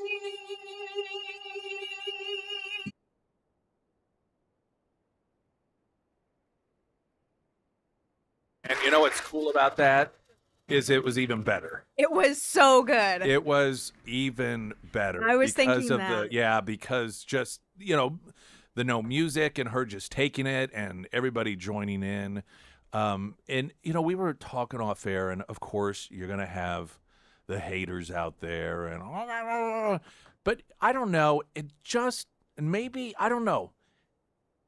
It seems as if there were at least some moments where you didn't feel the division or the hate. And it just seems like it's less. Maybe it's because, I mean, we forget in 2016, thousands of anti-Trump people rioted, beat up police officers, burnt down buildings, lit cars on fire. Numerous police officers were hospitalized. And the stated attempt was to prevent Trump from being sworn in as president. You know, all the talk about January 6th and it's the first time ever. No. 2016 saw the same thing, but instead of the electoral vote count, it was the actual swearing in and the inauguration. And there was so much focus on that in the media, understandably so. Not critical of it, but it was reported as a demonstration of how horrible Trump was as president, and this is what his election was meaning, all of this disruption and division. This time around, that stuff not happening, I don't know. It feels as if there's almost this resignation or maybe even acceptance by some in the Democrat Party that, okay, this is going to be fine. It's not going to be any worse than when Bush was president. We called him Hitler, or because they called Bush Hitler too. Not quite as much as Donald Trump, but I don't know. There's almost a normalcy in some of those moments. And like I said, I think Amy Klobuchar did a very classy, a good job. You didn't get the feeling that she was bitter and hateful. Now, Kamala, you looked at her face, and you can understand why there's just a little bit of that anger there. But everybody except for Michelle showing up, I thought was pretty classy. And I know you say, well, they're supposed to, but listen, they're supposed to do a lot of things, and they don't on both sides of the aisle at times. And so I don't know. I felt as if yesterday the positives overshadowed any sort of negatives. Did you feel that way too? I did. And now some people may say, well, yeah, but that's because you're glad Trump got elected president. Well, I was glad he got elected in 2016, but I certainly, as I watched the footage of police officers being beaten in the streets and storefronts lit on fire by anti-Trump activists, I didn't feel that way then. I kind of am glad that it was moved inside. I thought the whole parade thing was nice. When Trump was up there, you see the backdrop of J.D. Vance and his wife, and then Melania and Ivanka, and it's just like they're all models up there. They just look classy, not just their appearance, but just the way that they dress. No one was wearing a shower curtain. I mean, everything looks so absolute classy. I've got one of my really, really, really good friends, one of the oldest friends I have. I need to reach out to him because he always said that no one, I think he said classy, and as Nancy Reagan as a first lady. You know, he was always, he'd say Nancy Reagan was the classiest first lady ever, and he was homosexual, so he would know these things. I need to find out what where Melania falls in there. If she's in competition for that, as much fire as she was under for 4 years, completely unwarranted. And then J.D. Vance's wife, does she just not look like this ball of happiness and joy? She just loves her husband so much. You can just see it on her face. Just that happiness, and it's not happiness because, we got in the White House and, now we're going to get rich. Yeah, no, she's proud. I mean, and the kids, and this is going to sound, I know how it's going to sound, but after 4 years of a media portraying the Biden family as, Joe Biden's just someone who really loves his family. They just love each other so much. When you knew the reality of how they treated each other because of Hunter Biden's laptop. And I mean, just the horrific names they would call each other, the accusations that they would level against one another, just the meanness and nastiness. And then you this shifting of these families, the Trump family and the Vance family, and I don't know, there's just something about it that it feels good, and it feels real. It's not just this disingenuous marketing that we're being gaslit over, but you don't have to be told. Oh, look. Oh, look how much they love each other, because you can just see it. You can bet that there's no laptop with horrible, horrible emails about each other coming out of any of those families.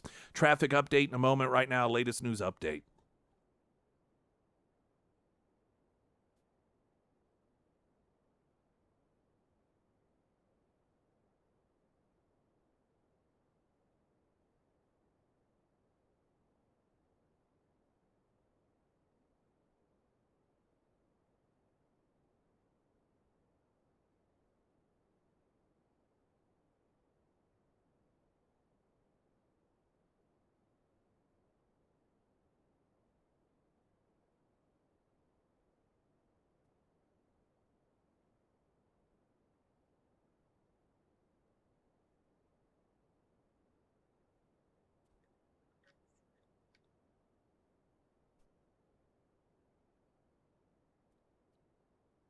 And the first alert forecast from Color 10 Fox 49 meteorologist Tom Schmidt, sponsored by Wolfpack Cleaners, your residential and commercial cleaning professionals. Today it's going to be sunny and cold with a high near 20. Tonight cloudy with a low around 14. For your Wednesday, sunny skies with a high near 38. And on Thursday, partly sunny with a high near 34. I love this headline running on ABC, how Trump is going to benefit from cryptocurrency. Now, Joe Biden just pardoned family members that hand over fist financially benefited from oligarchs in China, oligarchs in Russia, oligarchs in Belarus, a number of these different countries, Russia, China, Ukraine, another one. All for years, the media telling us, "Oh no, no, there's nothing to see there Oh no, nothing whatsoever." Now, all of a sudden, Trump's going to benefit from crypto. Oh, we have concerns, do we? These people. There is no ability or desire for these people to recognize why it is that they are being left behind in the ash heap of history by the American people, why it is that increasingly Americans see the mainstream media as totally irrelevant, and not out of protest, but leaving the media as a source of information because they have made themselves irrelevant. And it's as if just doubling down. Keep at it.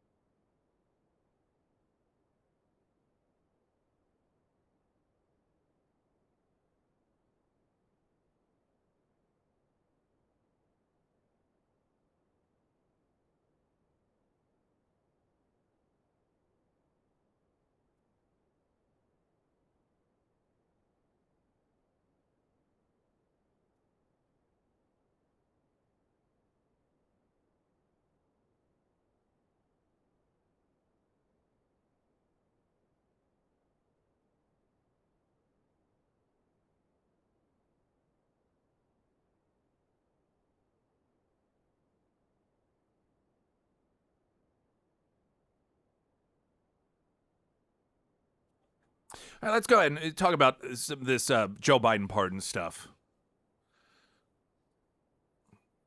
And listen, I'm not going to spend a tremendous amount of time on it, but I want. All right, so there's a couple different aspects of this. Now, I want to place this is Chris Kaliza, formerly of CNN, reacting in a way that is not too off the beaten path from the way a lot of Democrats and people in the media reacted to Joe Biden's pardoning of a number of people, including the pardoning of his family members. He did while Trump was already giving his speech. So they waited until Trump wouldn't even know about it, which he's got the right to do. It was 18 minutes before he was out of office, before he did what he, of course, in the past said that he would never do. In fact, here is from 4 years ago, plus. The media was all in a tizzy because Trump was asked about preemptively pardoning family members. And in the Trump usual fashion was like, oh, I don't know. It sounds like a pretty interesting idea. That may be something we look at.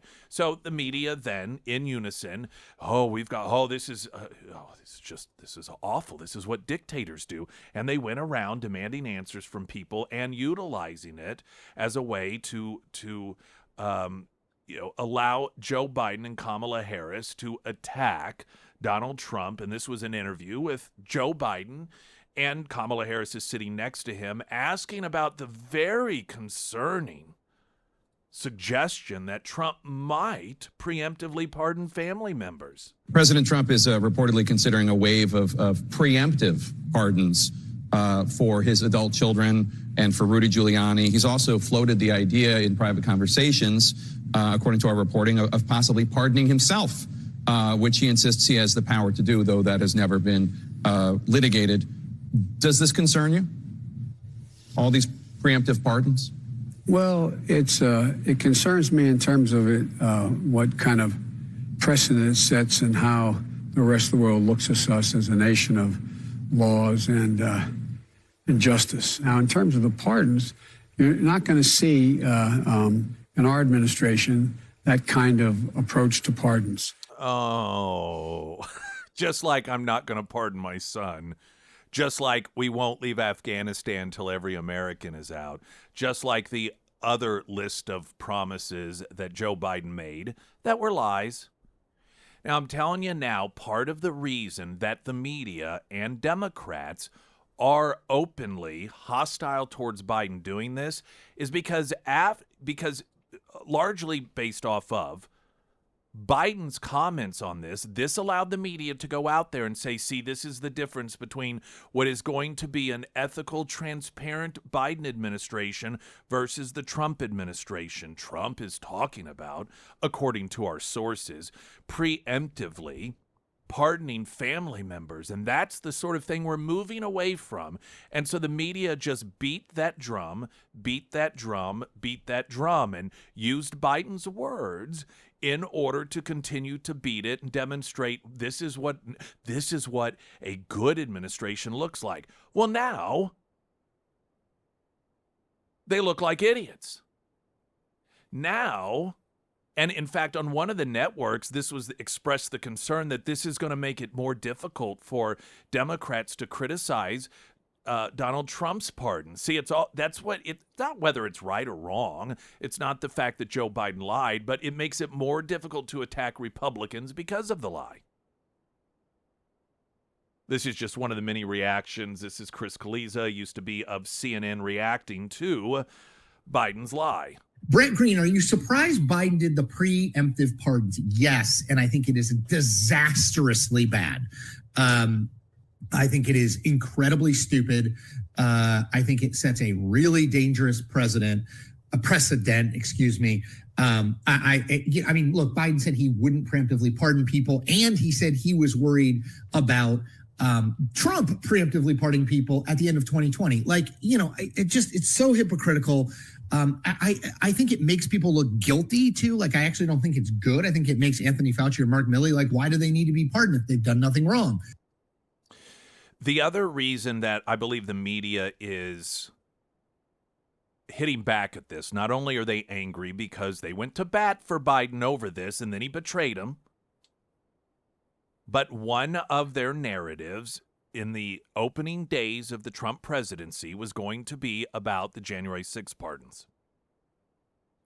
They knew that in some capacity, some pardons were going to come, and Trump has pardoned a number of the January 6 individuals. It's not all of them. Some of those are going to be looked, and some may not get pardons at all. Those that committed act of violence may not get the pardons. Those are going to be looked at case by case. But those that were treated disproportionately harshly because they were Trump supporters and served time or was serving time in prison for things that when Democrats do them, they may get a $50 fine. Those are the people that are getting these pardons. And what the media was planning on doing, and they're still trying to do it, because they talk about the pardons of the nonviolent people while showing images of the violent people, because they want to mislead Americans into believing that these are pardons of all the violent individuals. So their goal, though, was to have maximum impact, and that Donald Trump is supporting people and pardoning people who tried to overthrow our government. And they're angry. And like I said, they've even articulated this because Biden has taken away their ability to some degree to really label these pardons as being corrupt and awful, when Biden is not only pardoning family members, he's pardoning them preemptively and doing so after he promised he never would. That's not how his administration would operate, he said.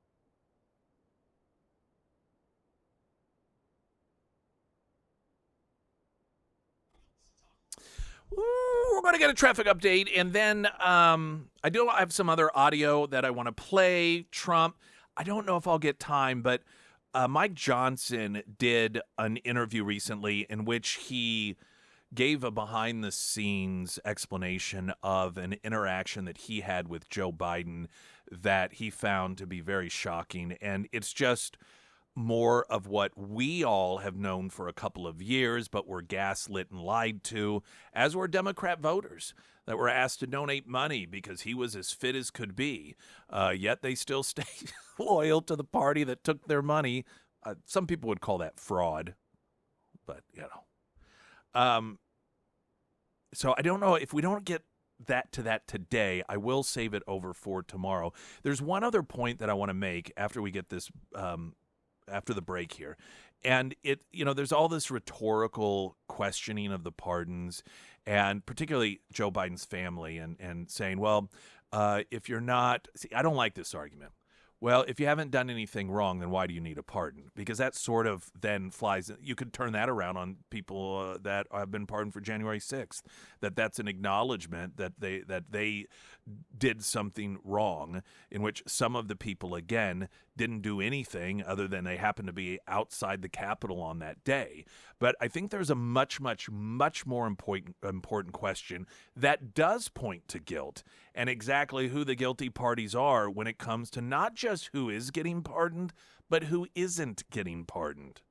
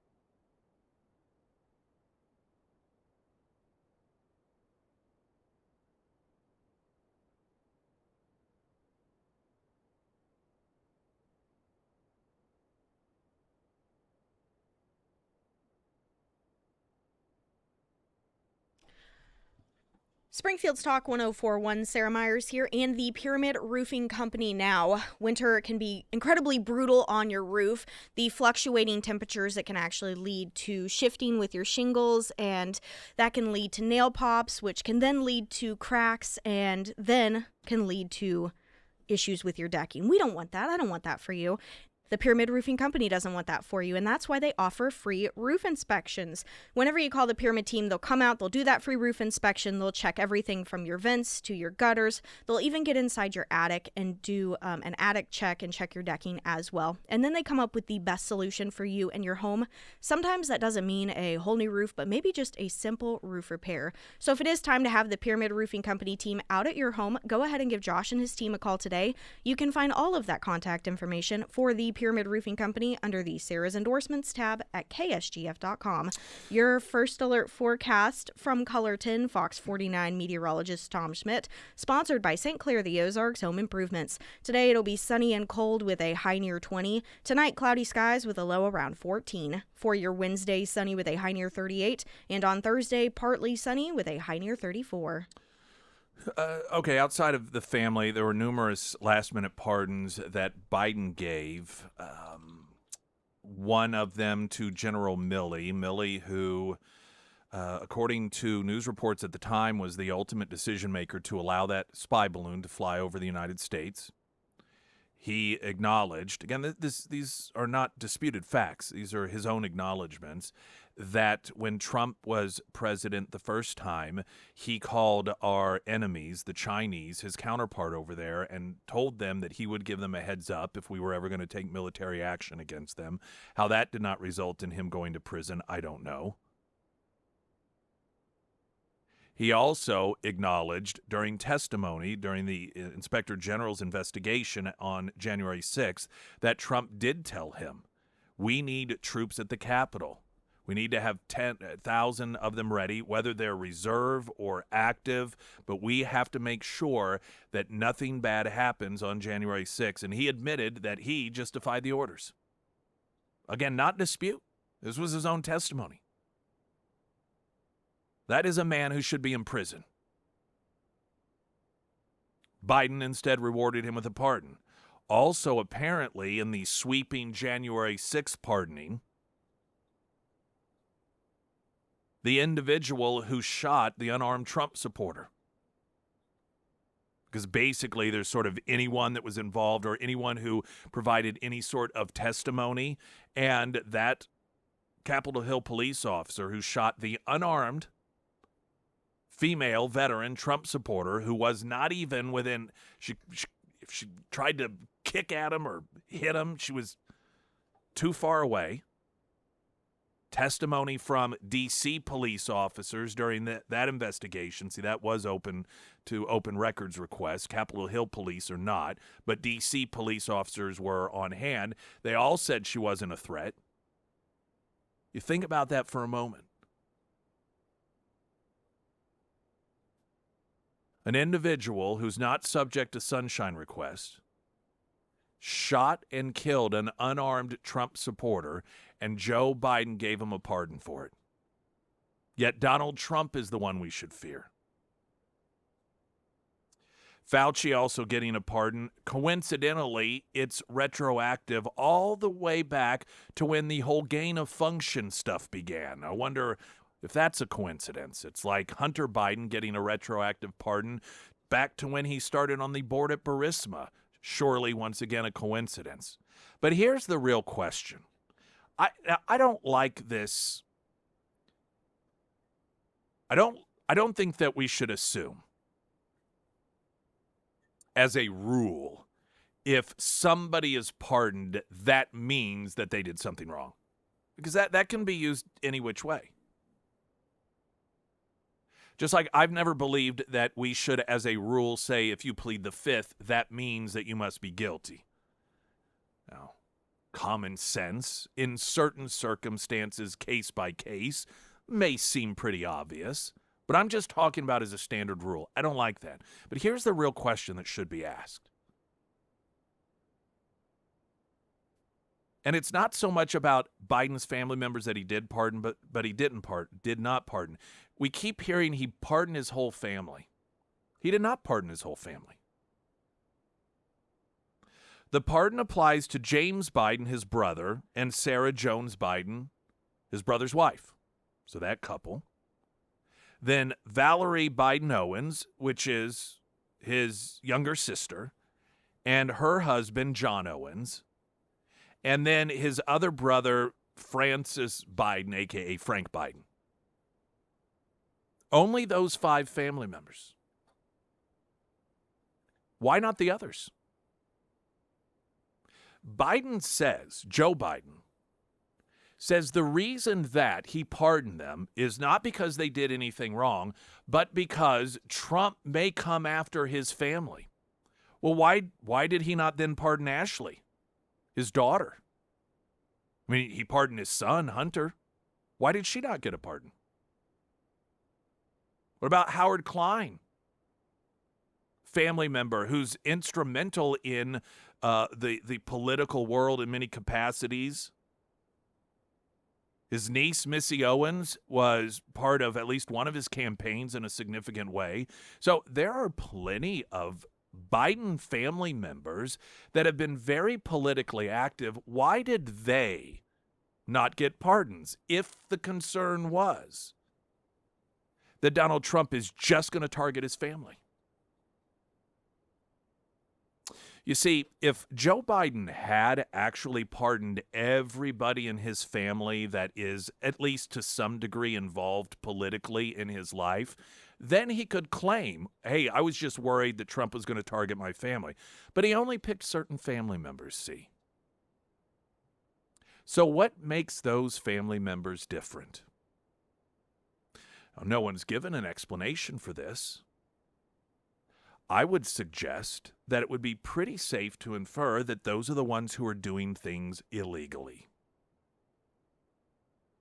Those were the individuals that were potentially in trouble, legitimately having committed felonies in some capacity, whether it was part of this whole money-making scheme from oligarchs in other countries or other illegal activities. You see what I'm saying here? There must, and I think that this is a valid question that the media should ask. Why them, but not other family? I mean, Lord knows that his daughter, Ashley, has had her fair share of legal troubles with drugs, just like Hunter has. So if Trump really, if Biden really was concerned that Trump was simply going to go after family members, she'd be easy pickings. She'd be a real easy one to target. She didn't get a pardon. So what differentiates those who did from those who don't? This is where common sense comes into play. Springfield's Talk 1041. I'm Nick Reed.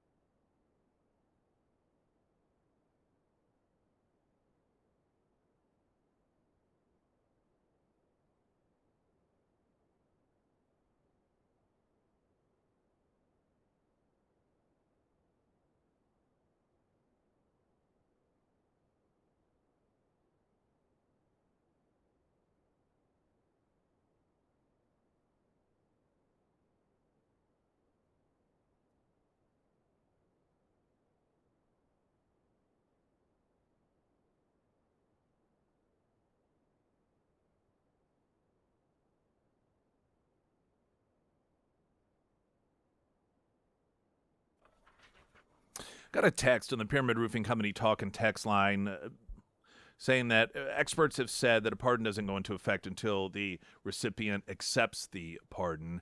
I don't know if that is the case. So let me read to you some of what was said from Alan Dershowitz. And he said, before he left, Biden did what I thought he would not do. It was foolish for him to do it, but he did it. He pardoned his brother, pardoned his relatives, and, everybody everybody related to him who could have been regarded as part of the Biden crime family. This is after, by the way, Dershowitz is Democrat. This is after the president pretty much assured everyone he wasn't going to go after any of these people, that he preemptively pardoned everybody.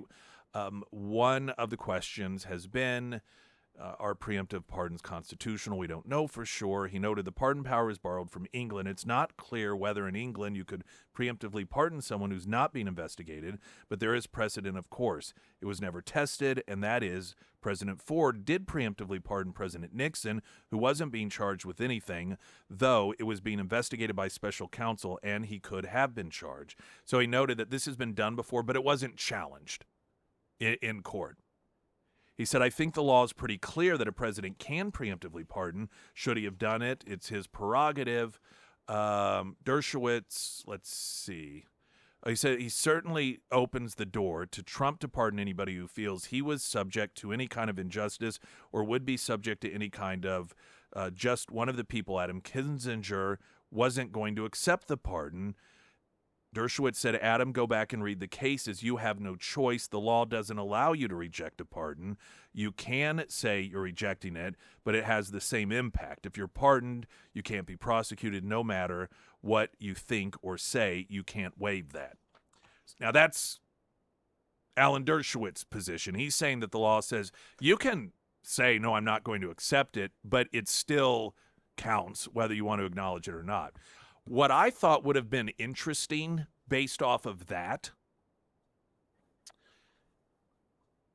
and I wonder if this was discussed. I could have seen the Biden people giving Trump a pardon regarding the document case in which he was sentenced to no time whatsoever. That way he could not appeal it. Because most legal experts recognize that that was such a sham trial that once the appeal makes it wherever it's going to make it, whether it's all the way to the Supreme Court or otherwise, that it is going to be overturned. Well, if you are pardoned, then I don't know that you would be able to appeal it, because you would not be appealing anything that was in play because you were pardoned for it. And so they would then still be able to say Trump was a convicted felon, because even though he was pardoned, he was convicted of a felony that was not allowed to be overturned because the courts would not overturn something that wasn't in play any longer because of a pardon. Now, I don't know if it would have worked out that way, but I can't help but wonder if that wasn't some sort of discussion that took place. Oh, one person, I think this is just rich. So, Vidman, Alexander Vidman, he is the Soviet-born individual that was National Security Council, and he was the one who got the whole impeachment rolling, warning the Democrats, hey, he's talking to Zelensky about corruption here, and they turned that into impeachment, right? Well, evidently, his wife is hopping mad because Vidman did not get a pardon. She posted on social media, whatever happens to my family, know this, no pardons were offered or discussed. Vidman stated that she, quote, cannot begin to describe the level of betrayal and hurt that she feels. Well, of course, because she knows what most of us know is probably the truth. Common sense would tell us that he did that at the instruction of people within the Biden world. That wasn't something that he just came up with on his own randomly. He was tapped in order to do that. And so here, he, at the direction of the powers that be, got that ball rolling. And now when it comes to pardon time, he didn't get one. Oh, I bet they're mad about that.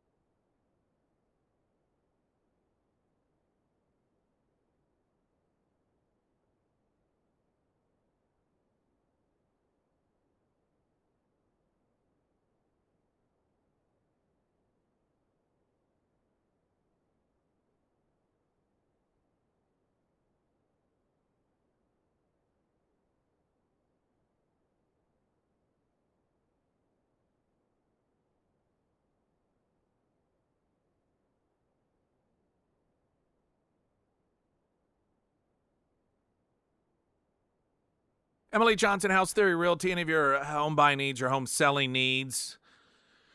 I know for a lot of people, even people that don't like Trump, there's this very quiet recognition that the economy is going to get better, quality of life is going to get better for the average American. And so maybe that means upgrading the home, or perhaps the kids have moved out and outside of the world of politics.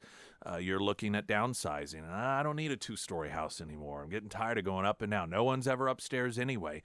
For all those home buying needs, those home selling needs, especially if you're going to do it at the same time, that can be very, very intimidating. Not with Emily Johnson, House Theory Realty. She will take care of you. Read her reviews about her. I've used her. Sarah's used her to a much greater extent than I did, and I know so many of you have as well. For all of those home buying and selling needs, Emily Johnson, House Theory Realty. Somebody asking if Dr. Jill was pardoned. No. Here's the thing that I can see occurring outside of pardons. I do not think that it is outside the realm of possibility if you have government officials that are found to have broken the law, that a Trump Department of Justice will go after them if it is warranted. I don't think, honestly, that Trump would even bother with any Biden family members. I don't think that he would have bothered with Joe Biden's brother, his sister, his brother-in-law, his sister-in-law, his other brother, and even Hunter. I think that for a couple of reasons. One, Trump's a family man. And although his family is much different than the Biden family, I think that there's probably this degree of almost sympathy. I mean, you can imagine Trump, his kids are all just extremely successful. They are all put together. They're just classy individuals that do not get themselves into this world of trouble that the Biden family gets themselves into. And I imagine that although Trump recognizes it's totally unnecessary, as a father and a grandfather, I don't know that there's not a bit of sympathy, almost just a head-shaking sympathy for the Biden family. And why add to their troubles? Yes, they may have broken laws. Yes, they may have benefited from their brother and brother-in-law and dad being in the White House and sold access to him. But there are bigger things and more important things to worry about. Whether Trump haters want to admit it or not, it was Trump's decision to not have the Department of Justice go after Hillary Clinton when he was president of the United States. That was his decision. He said, we don't need that in this country. All it's going to do is divide us. It was Trump's decision not to imprison any of the 200-plus individuals that were arrested during his inauguration in 2016 for vandalism, for arson, and for assaulting police officers, some of which were hospitalized. This is what I cannot, as an honest human being, reconcile with the behavior of people on the left. Everything that they claim Trump is, they actually support. They talk about Trump imprisoning political opposition when Trump is the one, when elected president, deliberately decided not to.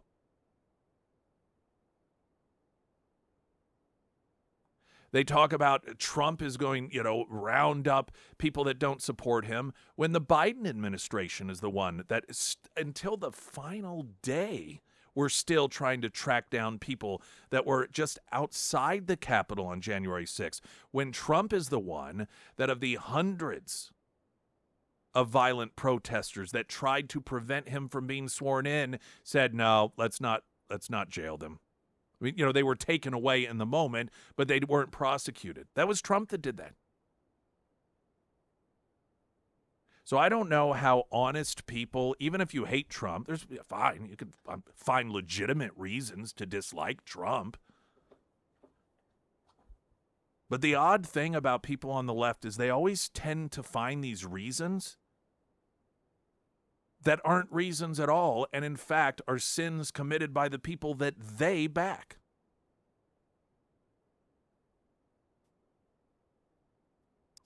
Trump is saying that there may be a big infrastructure announcement made today. I suspect it's just going to be a whirlwind. Trump, I think, recognizes that the momentum is there. Marco Rubio has been confirmed. I think it was a full, everyone voted for him, didn't they? I believe so. The one that has yet to be scheduled, even for confirmation questioning, is Tulsi Gabbard, and that's because the FBI is slow walking her background check. And again, why is it, Frank? I mean, okay, this is somewhat rhetorical, but why on earth do we care what the FBI says about these people? They've lied about anything and everything in Trump world. They lied about Carter Page being a spy for the Russians so that they could spy on the Trump campaign. One of the FBI attorneys ended up pleading guilty to falsifying evidence to frame him for that. Not to mention the planting of evidence down in Mar-a-Lago, and like, really, this is the institution that we're waiting to get some sort of approval for Trump's cabinet? I don't think so. Man, there is so much that I'm going to hold over till tomorrow. It'll work. It'll work, including revelations from a cellmate of Epstein, claiming that the Biden Justice Department offered him a sweetheart deal if he would claim that Trump was somehow involved in the island.